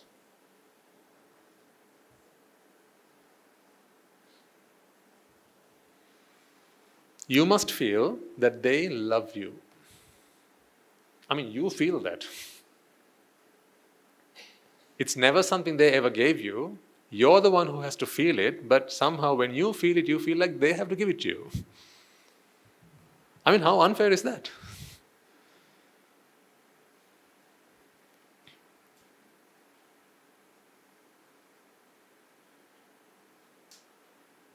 Love is something that is born within. It's not something that someone else can give you. But when you are ignorant of what love is, you feel that the other person has to give it to you, and you make that one of the terms of the contract. How unreasonable can something be? Can anything be even more unreasonable than that? Once again, love is something you feel yourself. It is self-made. It is not something that someone else can give you. But you make one of the terms of the contract, you must love me. And here's what else you must do. Not love someone else.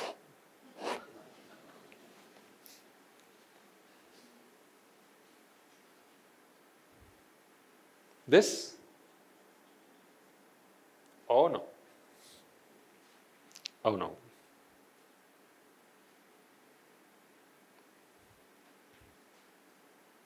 So, what if you didn't know about this?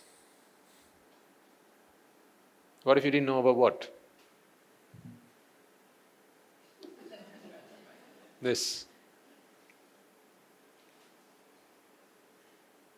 Because remember, ladies and gentlemen, you won't be able to see it. Because is it something that is transferred? No. It's only born in their mind, right? So how are you going to know when your partner begins to love someone else? Will you be able to taste it in the air?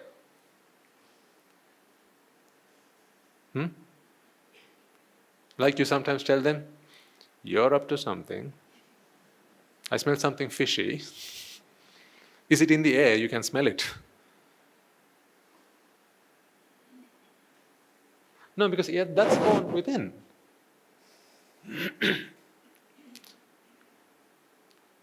Just as they once felt love towards you, if today they feel love towards another person, then how are you going to know about it? Here's the only thing that you can know. I don't know what you're doing, honestly. Here's the only thing that you can know. That they don't smile at them. They don't give flowers to them. They don't send chocolate boxes to them. They make phone calls to them. But all along, they love them. And you're okay with that. As long as they don't express their love physically, you're okay, right? Or are you?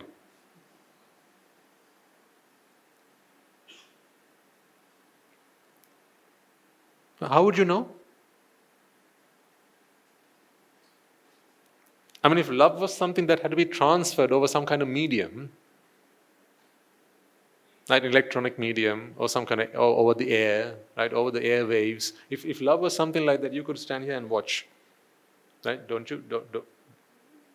I'm going to watch you. keep my eyes on you, right? You could do that. But love is not something that is transferred like that. It's only born within them. How can you tell when someone begins to love the other person? You can't. But all you can do is catch them in the act.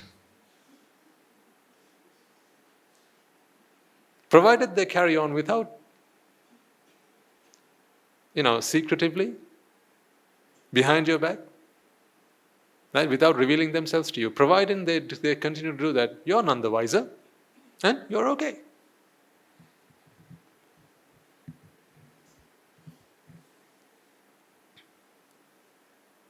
And based on something like that, you put in there another term into your contract. Here's what you say: you must not love another person. Honestly, that's a very unfair term. Because love is not something that arises within you willingly. So how can you forbid someone from falling in love with someone else? You were okay with them loving you at first sight, right? You loved that about them. They saw me and they were on their knees. Right? It was a love at first sight. So love at first sight means they didn't ask you who your parents were. They didn't ask you whether you come from a good background. They didn't ask you about your educational qualifications. They didn't ask you whether you had HIV. They didn't. Right? They didn't ask you any of these questions. That love at first sight was what it was, and you loved that about that relationship. Right? So if that happened with you, can that not happen with another person? Because the ignorant heart is susceptible to falling in love. An ignorant mind is susceptible to falling in love. It's vulnerable to falling into dirty love. Just as much as they fell in love with you, they are bound to fall in love with someone else, provided they feel that some of their boxes can be ticked by another person. That's how relationships form. Here's what you want them to think.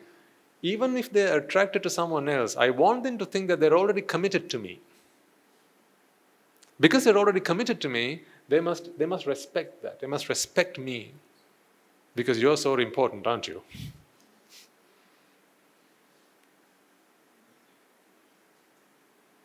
They must respect whom? They must respect me. Therefore, if they are committed to me, they must not commit themselves to another person. I want someone who is entirely, 100% committed to me because I am so important. Tell me that's not selfish love.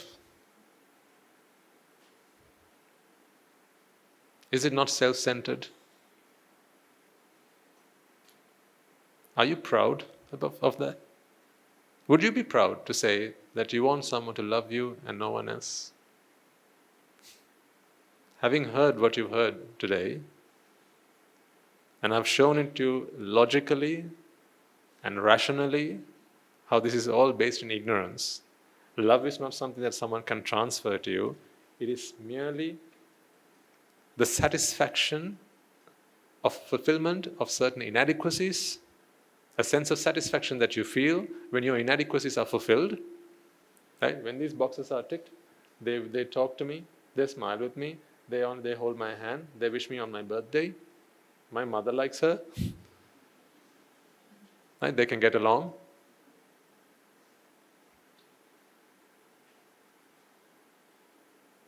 Oh, and then you obviously have the physical features as well. She's got dimples. Horses for courses. She's got freckles. She's short-haired. She's got long hair. She's auburn.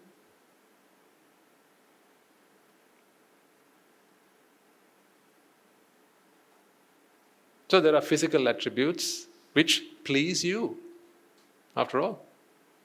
Meaning this is what I like to see. As long as she has that, I love her. So those are the physical attributes. And then there's, of course, the behavioral attributes as well. When she sees me, she smiles at me. Again, something you expect from the other person.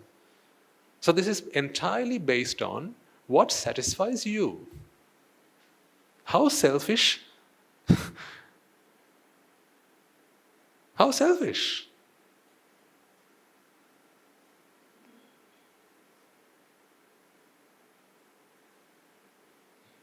Therefore, do you see how this emotion of love is merely these inadequacies, when they are fulfilled, you feel a sense of satisfaction.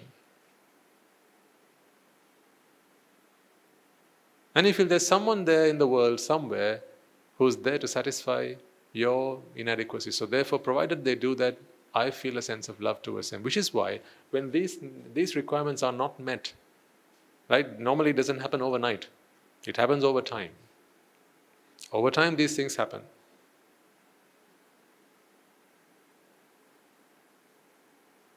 Just think about this. Say one fine day, you find them cheating on you. Right? Your spouse cheating on you. Let's say one day your phone, they've left their phone at home, there's an alert, you pick up the phone and there's a message on there. Same time tonight. That's all it says. Same time tonight. From Alicia. And you're Patricia.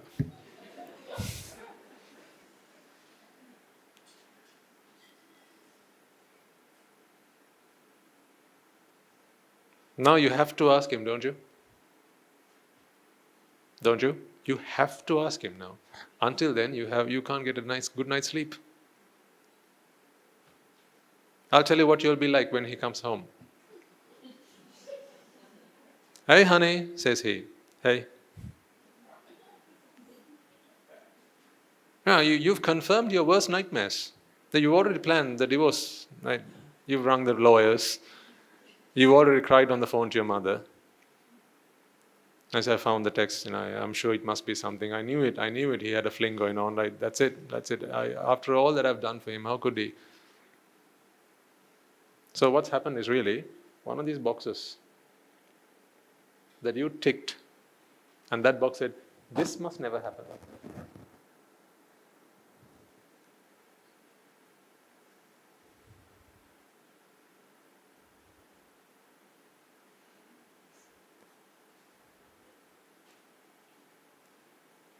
Shouldn't love be about freedom? I ask you. Shouldn't be about freedom. What is it in reality? It's about locking down, right? It's more restrictive than COVID.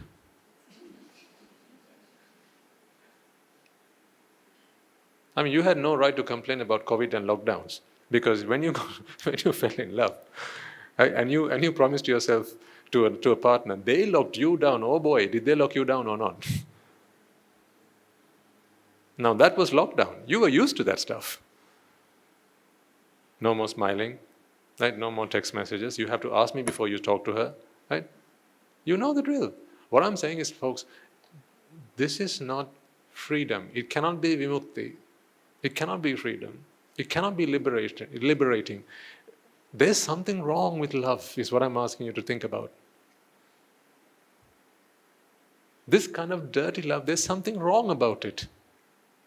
It's a human emotion. I get that, I understand that. What I'm asking you to do is, as an individual, just study what love is.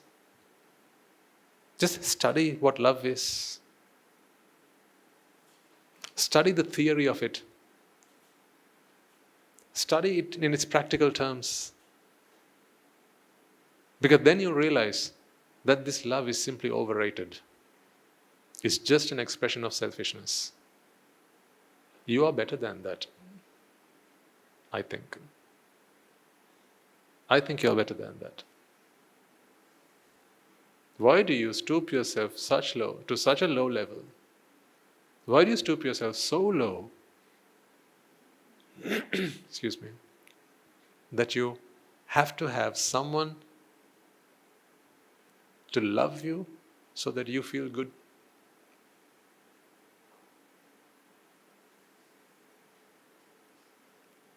Once you understand that this is all a creation of your own mind, These are simply inadequacies about yourself that someone somewhere has stepped forward to fulfill, because they themselves have inadequacies which they believe you will fulfill. So therefore you have a relationship where I scratch your back, you scratch mine.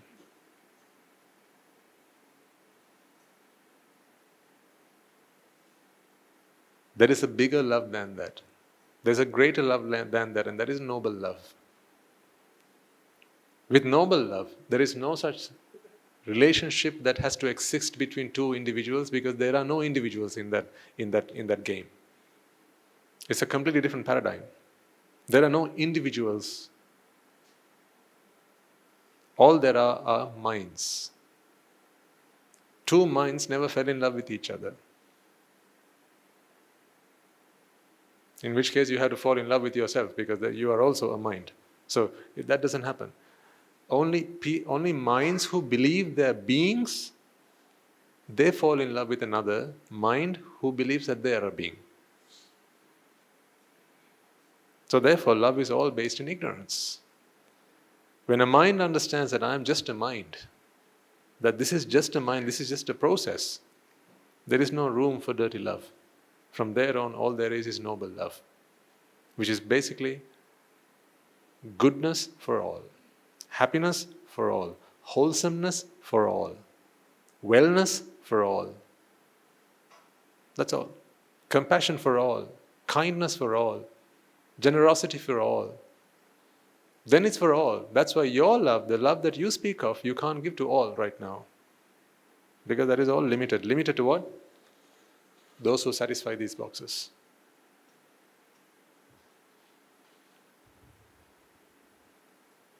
These are the inadequacies that you have. Those who are willing to step forward and tick these boxes for you, those people, to those people you express your love. Those who cannot, they don't qualify.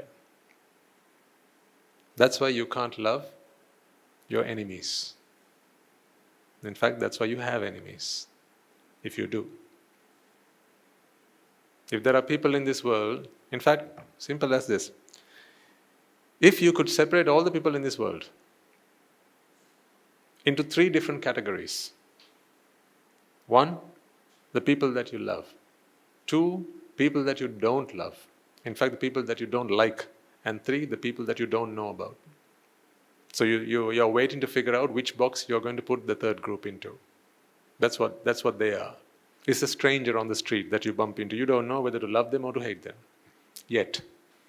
But every time you encounter another person, you're always looking to put them into one of these 2 boxes. That's why when you're walking along the street, you look at someone, you smile at them. If they don't smile at you, what do you say? Even if you don't say it, don't you feel it? How miserable, how grumpy. I smile at them, they can't even smile back at me. Put them in the hate box.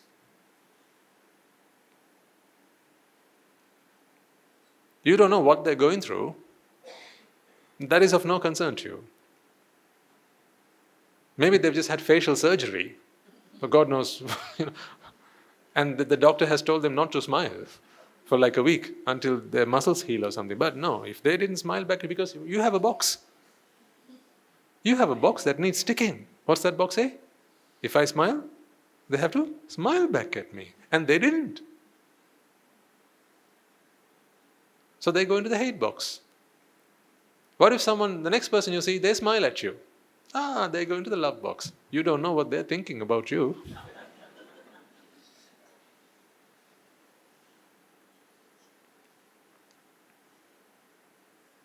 They're the biggest con artists. You don't know. 2 minutes later, he's walking behind you. Now, don't you wish you never smiled at them? Isn't that why you tell your children, Pada, when you walk on the street, strangers, don't even look at them, don't talk to them.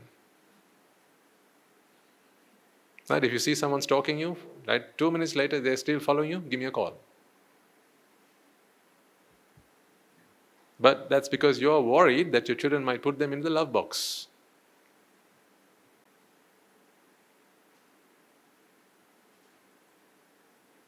That's because you separate your world into those, there are lovers and the haters, and then those who are yet to be put into one of these two boxes. So eventually everyone ends in one of these two boxes. They are yet to be decided. That's all. That is dirty love. All of this is because you sense yourself as an individual, you are a self, and therefore selves have selfish desires. That's why it's called self-ish. Right? So self have desires. So selves have selfish desires. So if self have selfish desires, and these are those desires, those who tick these boxes, they get put into the love box. Those who don't get these boxes ticked, they get put into the hate box. And you're constantly evaluating people as you see them, as you meet them, as you greet them. Which box do I put them into? You can't even help it. These are your biases. You may have learned about natural biases and these things, at the workplace. I remember when I used to be at work, they used to give us courses every 6 months or so. They used to teach about natural biases. Be mindful, be vigilant that you may have some natural biases about you. Because if you are biased, then you probably tend to like some people better than others. Like people who you can better relate to. If you are of a certain ethnicity, they say, be careful, you'll be biased towards people of that ethnicity, or maybe people of the other ethnicity. So they teach us to be mindful of these things. Because what they're saying is, you have a box. They don't know how to get you to throw the box away. So what they teach you is, remember you have a box, just be careful. Because you might treat someone based on your bias.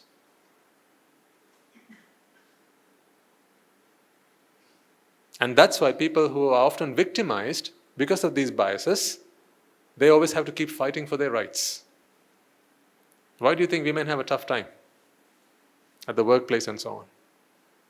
Why do they always have to keep fighting? Why are there always movements for equal rights and women's rights and so on? Because people have these biases. Why biases? Because they see selves. That's why. That's why you have a glass ceiling.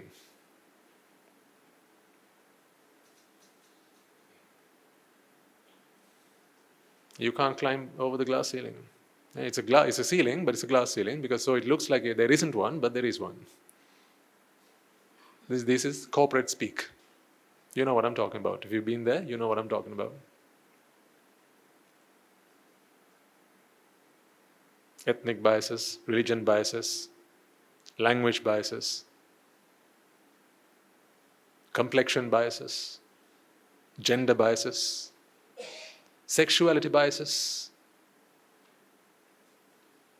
That's why in certain forms they ask you, what is your gender? You can either go male, female, or do not wish to disclose.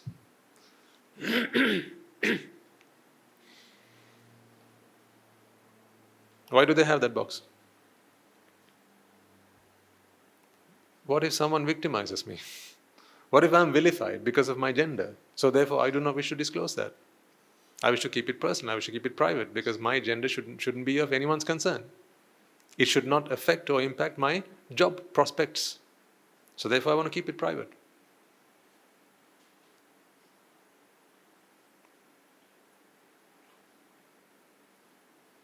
All of this, this world is in a myriad of problems. It's a complete, what's the word? Kerfuffle. It's crazy. All because of this ignorance.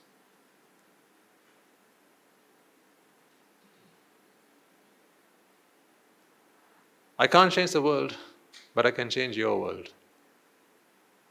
I can at least influence your world. So what I want you to do, ladies and gentlemen, is when you have these emotions which are not fitting for a person of your caliber, don't let those emotions be an insult to your intelligence, to your wisdom. Lust will strike you. It will strike you tonight. I know it will. But when it does, do try and to spare a thought about what you learned today. Remind yourself that it is not something that someone else gives you. It's not something that someone else can offer to you. It is something that is born within.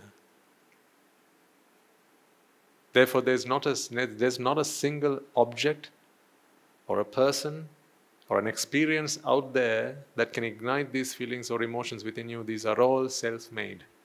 You have a series of tick boxes. The more of them that get ticked, the more you feel these emotions within you.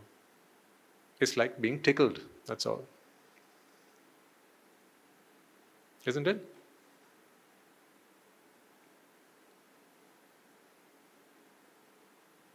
The only difference with the tickle is you can't tickle yourself, but someone else can do it to you. Whereas here, no one can ignite lust within you. You have to do it yourself. But in that way, it's like a tickle. It is born within. When someone tries to tickle you, it's not the tickle they give you, right? They touch you in a certain way, and that you feel ticklish. They can't give you a tickle. It's not like they have lots of tickles and here's one. It doesn't work like that. A tickle is a feeling that you experience. But all they give you is a touch. Yeah? That's why you can't touch yourself in the same way and feel ticklish. So you understand that there's a psychological, mental thing going on there, right? In the same way, someone touches your hand, you have to know who's on the other end of that hand before you feel certain emotions. Can you see how senseless, meaningless it is? I'll ask you this question. Someone holds your hand. How do you feel? You have no answer yet because you have to ask me a question. Who is it? Why does that matter? Why does that matter? Because it all depends on what you think about that person, what you know about that person. If it's a stranger, then you will feel a certain kind of emotion. If it's your mother, you'll feel a different kind of emotion. If it's your spouse, you'll feel a different kind of emotion. If it's your child, you'll feel a different kind of emotion. So it all depends on who's on the other end of that hand. If so, then that touch didn't give you anything other than a sense of touch, right? But then why do you feel that when you touch certain things, certain parts, like something special within you? Why do you have that funny feeling, that weird feeling? I'm just trying to prove to you time and time and time again that lust is simply a creation of the mind because the mind is ignorant.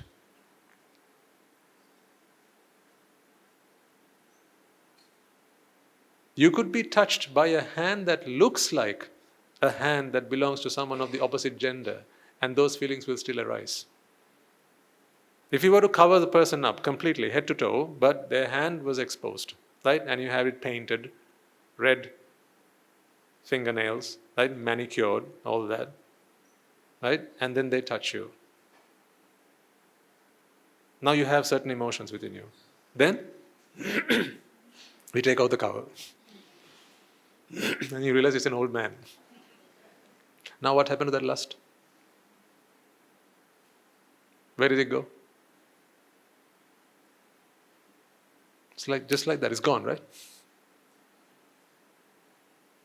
How did that happen? So it was not what held you, it was those emotions that were going through in your mind. Because you only saw the hand, you thought this hand must belong to a woman, perhaps. And you had those emotions. But once it was revealed that it is not a woman, it was just a hand, now you don't feel that way. So therefore, please do understand that these emotions are emotions that are created in your own mind. It's in your own mind. There is not a single soul in this world who can give you love. You have to sense love from within yourselves. Therefore, why do you give people who you think give you love? Why do you put them on a pedestal? Why is it on their behalf you hinder your progress to Nibbana? Why do you hold yourselves back from your salvation because of those who you feel are the people who are there to give you love because they never gave you love? What they need is also noble love, just as much as you do. That's why the sasana is about giving noble love to everyone, to one and all. They have their inadequacies, you have your inadequacies. What we shouldn't be doing is really creating an environment for the two of you to come and scratch each other's backs. What we really need is for each individual to be given the truth. Once they realize the truth, now they're out of ignorance and they have realized it. Now they're free. Last question I'll ask you for today, before we conclude. What do you want for the person you love most in this world? For them to be happy? Do you all unanimously agree with that? The person you love the most in this world, what do you want them to be? Happy? Okay. Or do you only want them to be happy when you are with them?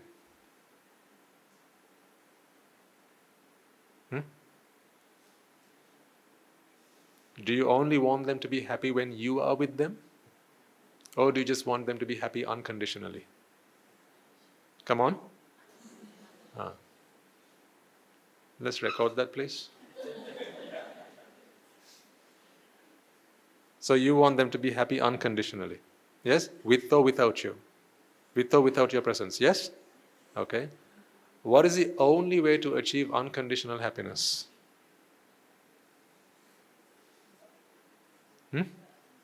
The dhamma. Yes? Okay. So,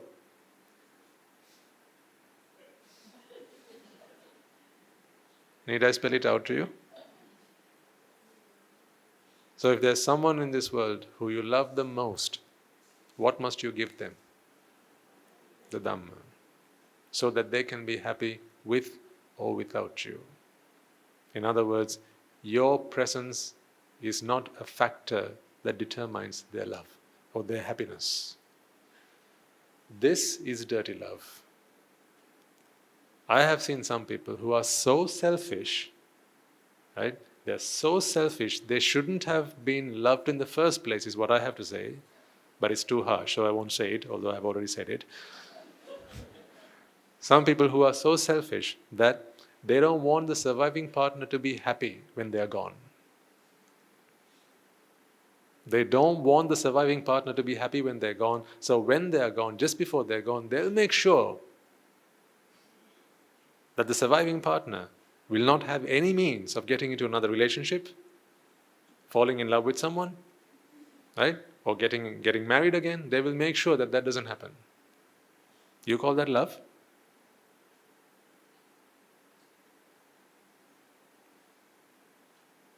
That's how self-centered some people are. They are not to be hated, they are to be sympathized with. Because their inadequacy is so severe that it outlasts even their death. Even when they're dead, they still feel they'll be inadequate. Even when they're dead, they want the surviving partner to not commit themselves to someone else. Because they still want to feel that even after I'm dead, it's like, how people book their resting places and their coffins and they make sure that it's all velvety inside, right? Nice comfort. I don't know why people don't air condition their coffins. I'm surprised really. Why people don't do that? They should really. And put a torch in there in case it gets too dark or something. People should really. That's how crazy people are. Even when they're dead, it matters to them what is done with their dead bodies.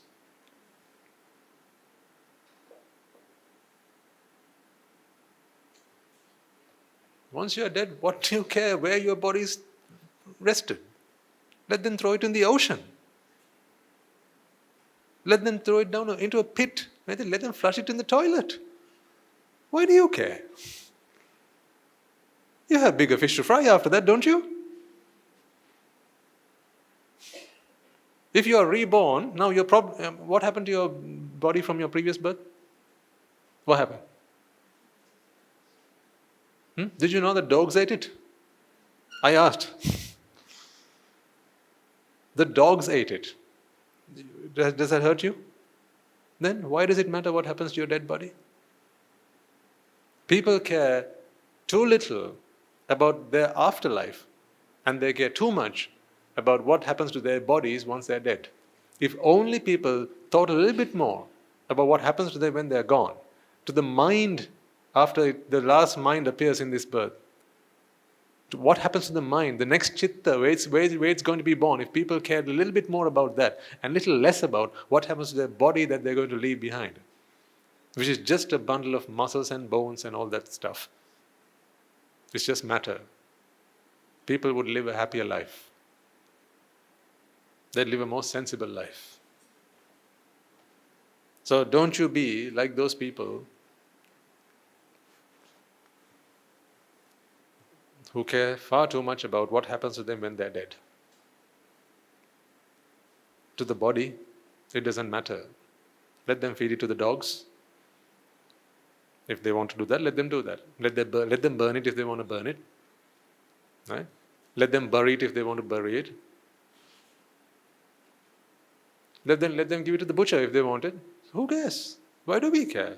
If they want to float it in the water and into the ocean, let them.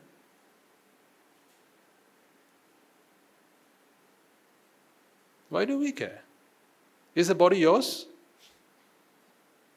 Then take it with you. If it's yours.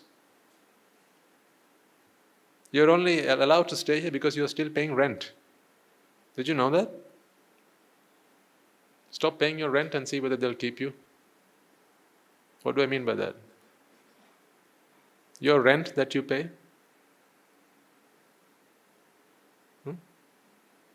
in installments, you pay morning rent. In the afternoon, you pay rent again. In the evening, you pay rent again. Right? Stop paying your rent for 3 days, see what they'll do. They kick you out.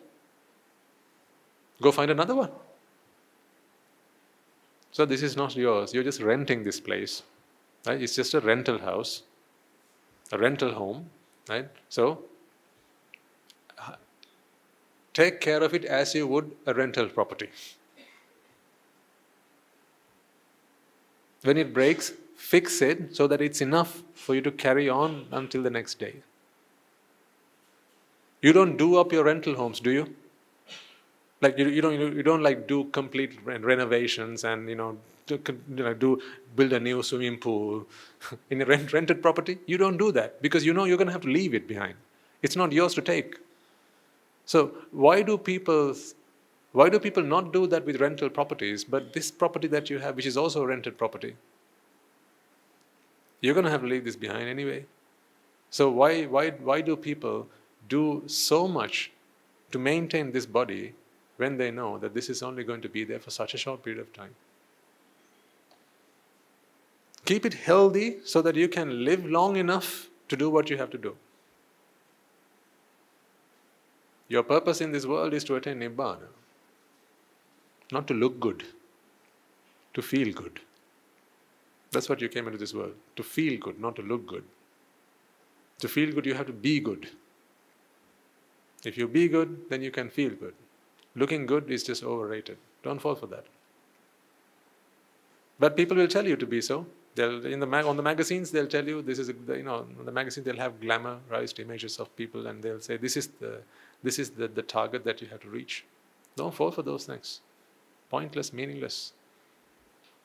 But while you're here, groom yourselves, keep yourselves neat, keep yourselves smart. That is important because it's all part of good manners. People, society expect it of us, so we have to be so. But besides that, don't shed a single thought on doing something that is fruitless. Because you came into this world to be something bigger, better than that. I want you all to make this your last human birth. So what do you think I want you to do after this? Go back to being a monkey? No, I want you to be your last human birth. And by that what I mean is, I want you to stop being born. So if this is your last human birth, then just remember that this is just here for as long as you need it. Use it and then throw it. Brush your teeth, don't forget to do that. Brush your hair, don't forget to do that. Wash yourselves, don't forget to do that. Cut your fingernails, right? You should all do all that. That is all part of yourself, part of being presentable to society. But besides that, yeah, if you're comfortable within yourselves, that's it. Don't let society tell you that you are not big enough, you're not slim enough, you're not slender enough, you're not tall enough, you're not plump enough, right? Your hair is not long enough. Don't let society call those shots, because they will tell you whatever ticks their boxes for them. Remember, there's an industry out there that makes money out of you thinking that you don't look good enough. Shall I say that again? There's an industry out there that make money out of convincing you that you don't look good enough. The laugh's on you then, isn't it, if you fall for that?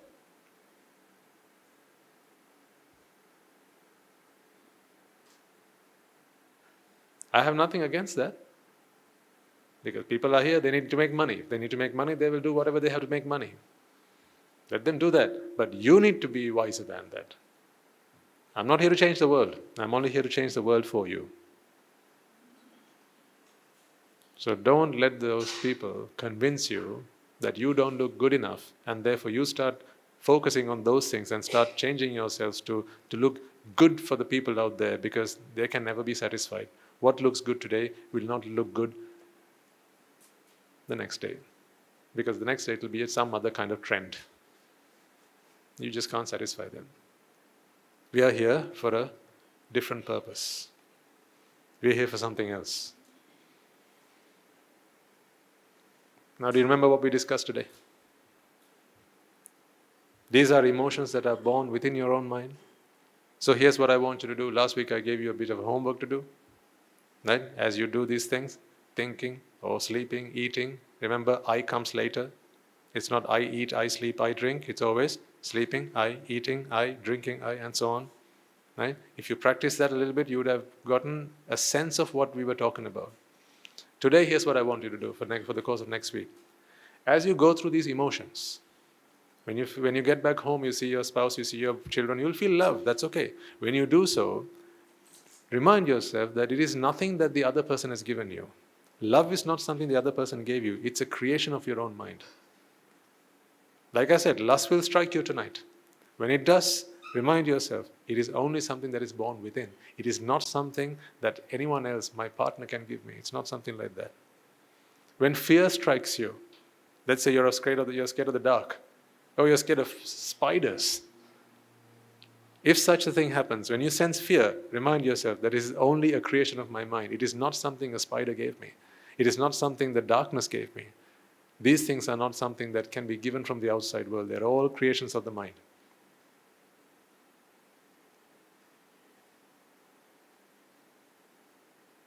Understand that. Then you are in control. This is how we work towards our own liberation. First of all, you have to feel empowered.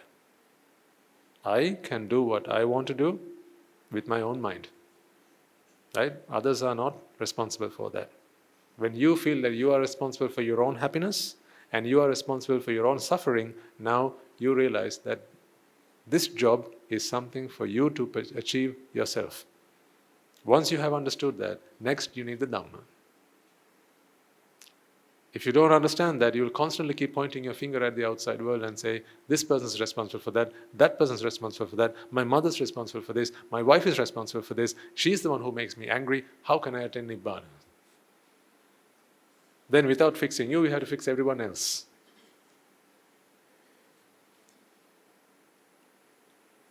Right, let's wrap up for today.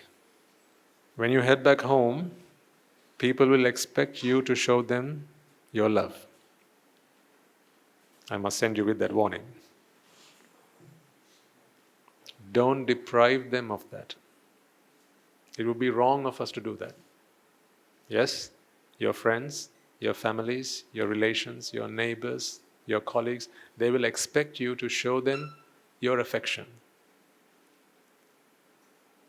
So if they come running to you and ask for a hug, please don't be the one who says, no, Swamin Wahanse taught us today. Please don't do that. I tell you, they will not let you come back here. Right? Nibbana is a wholly personal affair.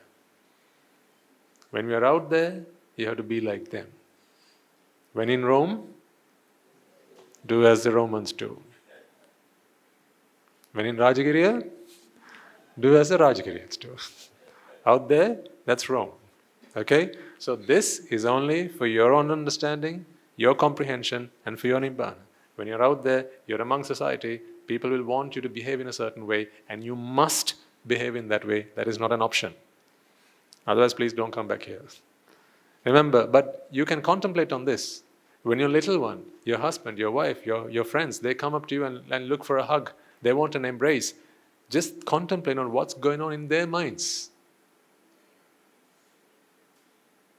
Tell yourself, when I hug that person, when I hug him, when I hug her, he thinks I have given him love. Whereas actually, love is something that he's creating in his own mind, that he's experiencing, but he thinks I'm giving it to him. Just contemplate on that. That's it. Don't deprive them of that. Will you promise me? Thank you. Let's all take a moment to transfer all the merits that we have all acquired to all those who are deserving of it. First and foremost, let us take a moment to remind ourselves how incredibly fortunate we are to be in receipt of the Lord Buddha's teaching, and with immense gratitude towards the bhikkhus and bhikkhunis, upasakas and upasikas who have since time immemorial protected and preserved the sublime teachings of the Buddha and passed it down through generations of the noble lineage in the form of the Tripitaka, which is thankful to us, which is thankfully available to us today to study, understand and comprehend the Dhamma. Let us also take a moment to transfer these merits to all members of the Mahasangha present throughout the world, including the chief prelates of all of the chapters who've dedicated their lives to the noble path and have committed themselves towards the betterment of all sentient beings. Let us also transfer these merits to the monks and nuns resident in your local temples and nunneries who have always been by your side through thick and thin, come rain or shine. Let us also transfer these merits to Guru Swami Nuhanse, as well as all the monks resident at the monastery and the Anagarikas and Anagarika communities attached to the monastery. Let us also take a moment to transfer these merits to those who make great efforts to disseminate the teachings of the Buddha, be that by transliterating these talks, sharing them out with others, or inviting others to join them. Let us also transfer these merits to the friends of the monastery, our devotees, who for the sake of merits to help them attain the supreme bliss of Nibbana, continue to sustain the Mahasangha. This includes everyone from those of you who provide the Mahasangha with shelter, alms, robes and medicines, as well as those who pass on their know-how and continue to extend their well wishes. May they all rejoice in these merits, and by the power of these merits, may they be free of any physical and mental ailments and overcome any obstacles to their spiritual progress. May they abstain from the unmeritorious deeds, fulfill the meritorious deeds, fulfill the noble eightfold path, and may they all attain the supreme bliss of Nibbana. Sadhu, sadhu, sadhu. Let us also take a moment to transfer these merits to our mothers and fathers, brothers and sisters, sons and daughters, grandparents, uncles, aunts, cousins, nephews and nieces, our friends and our acquaintances, our employers and our employees, and our teachers, and those who have taken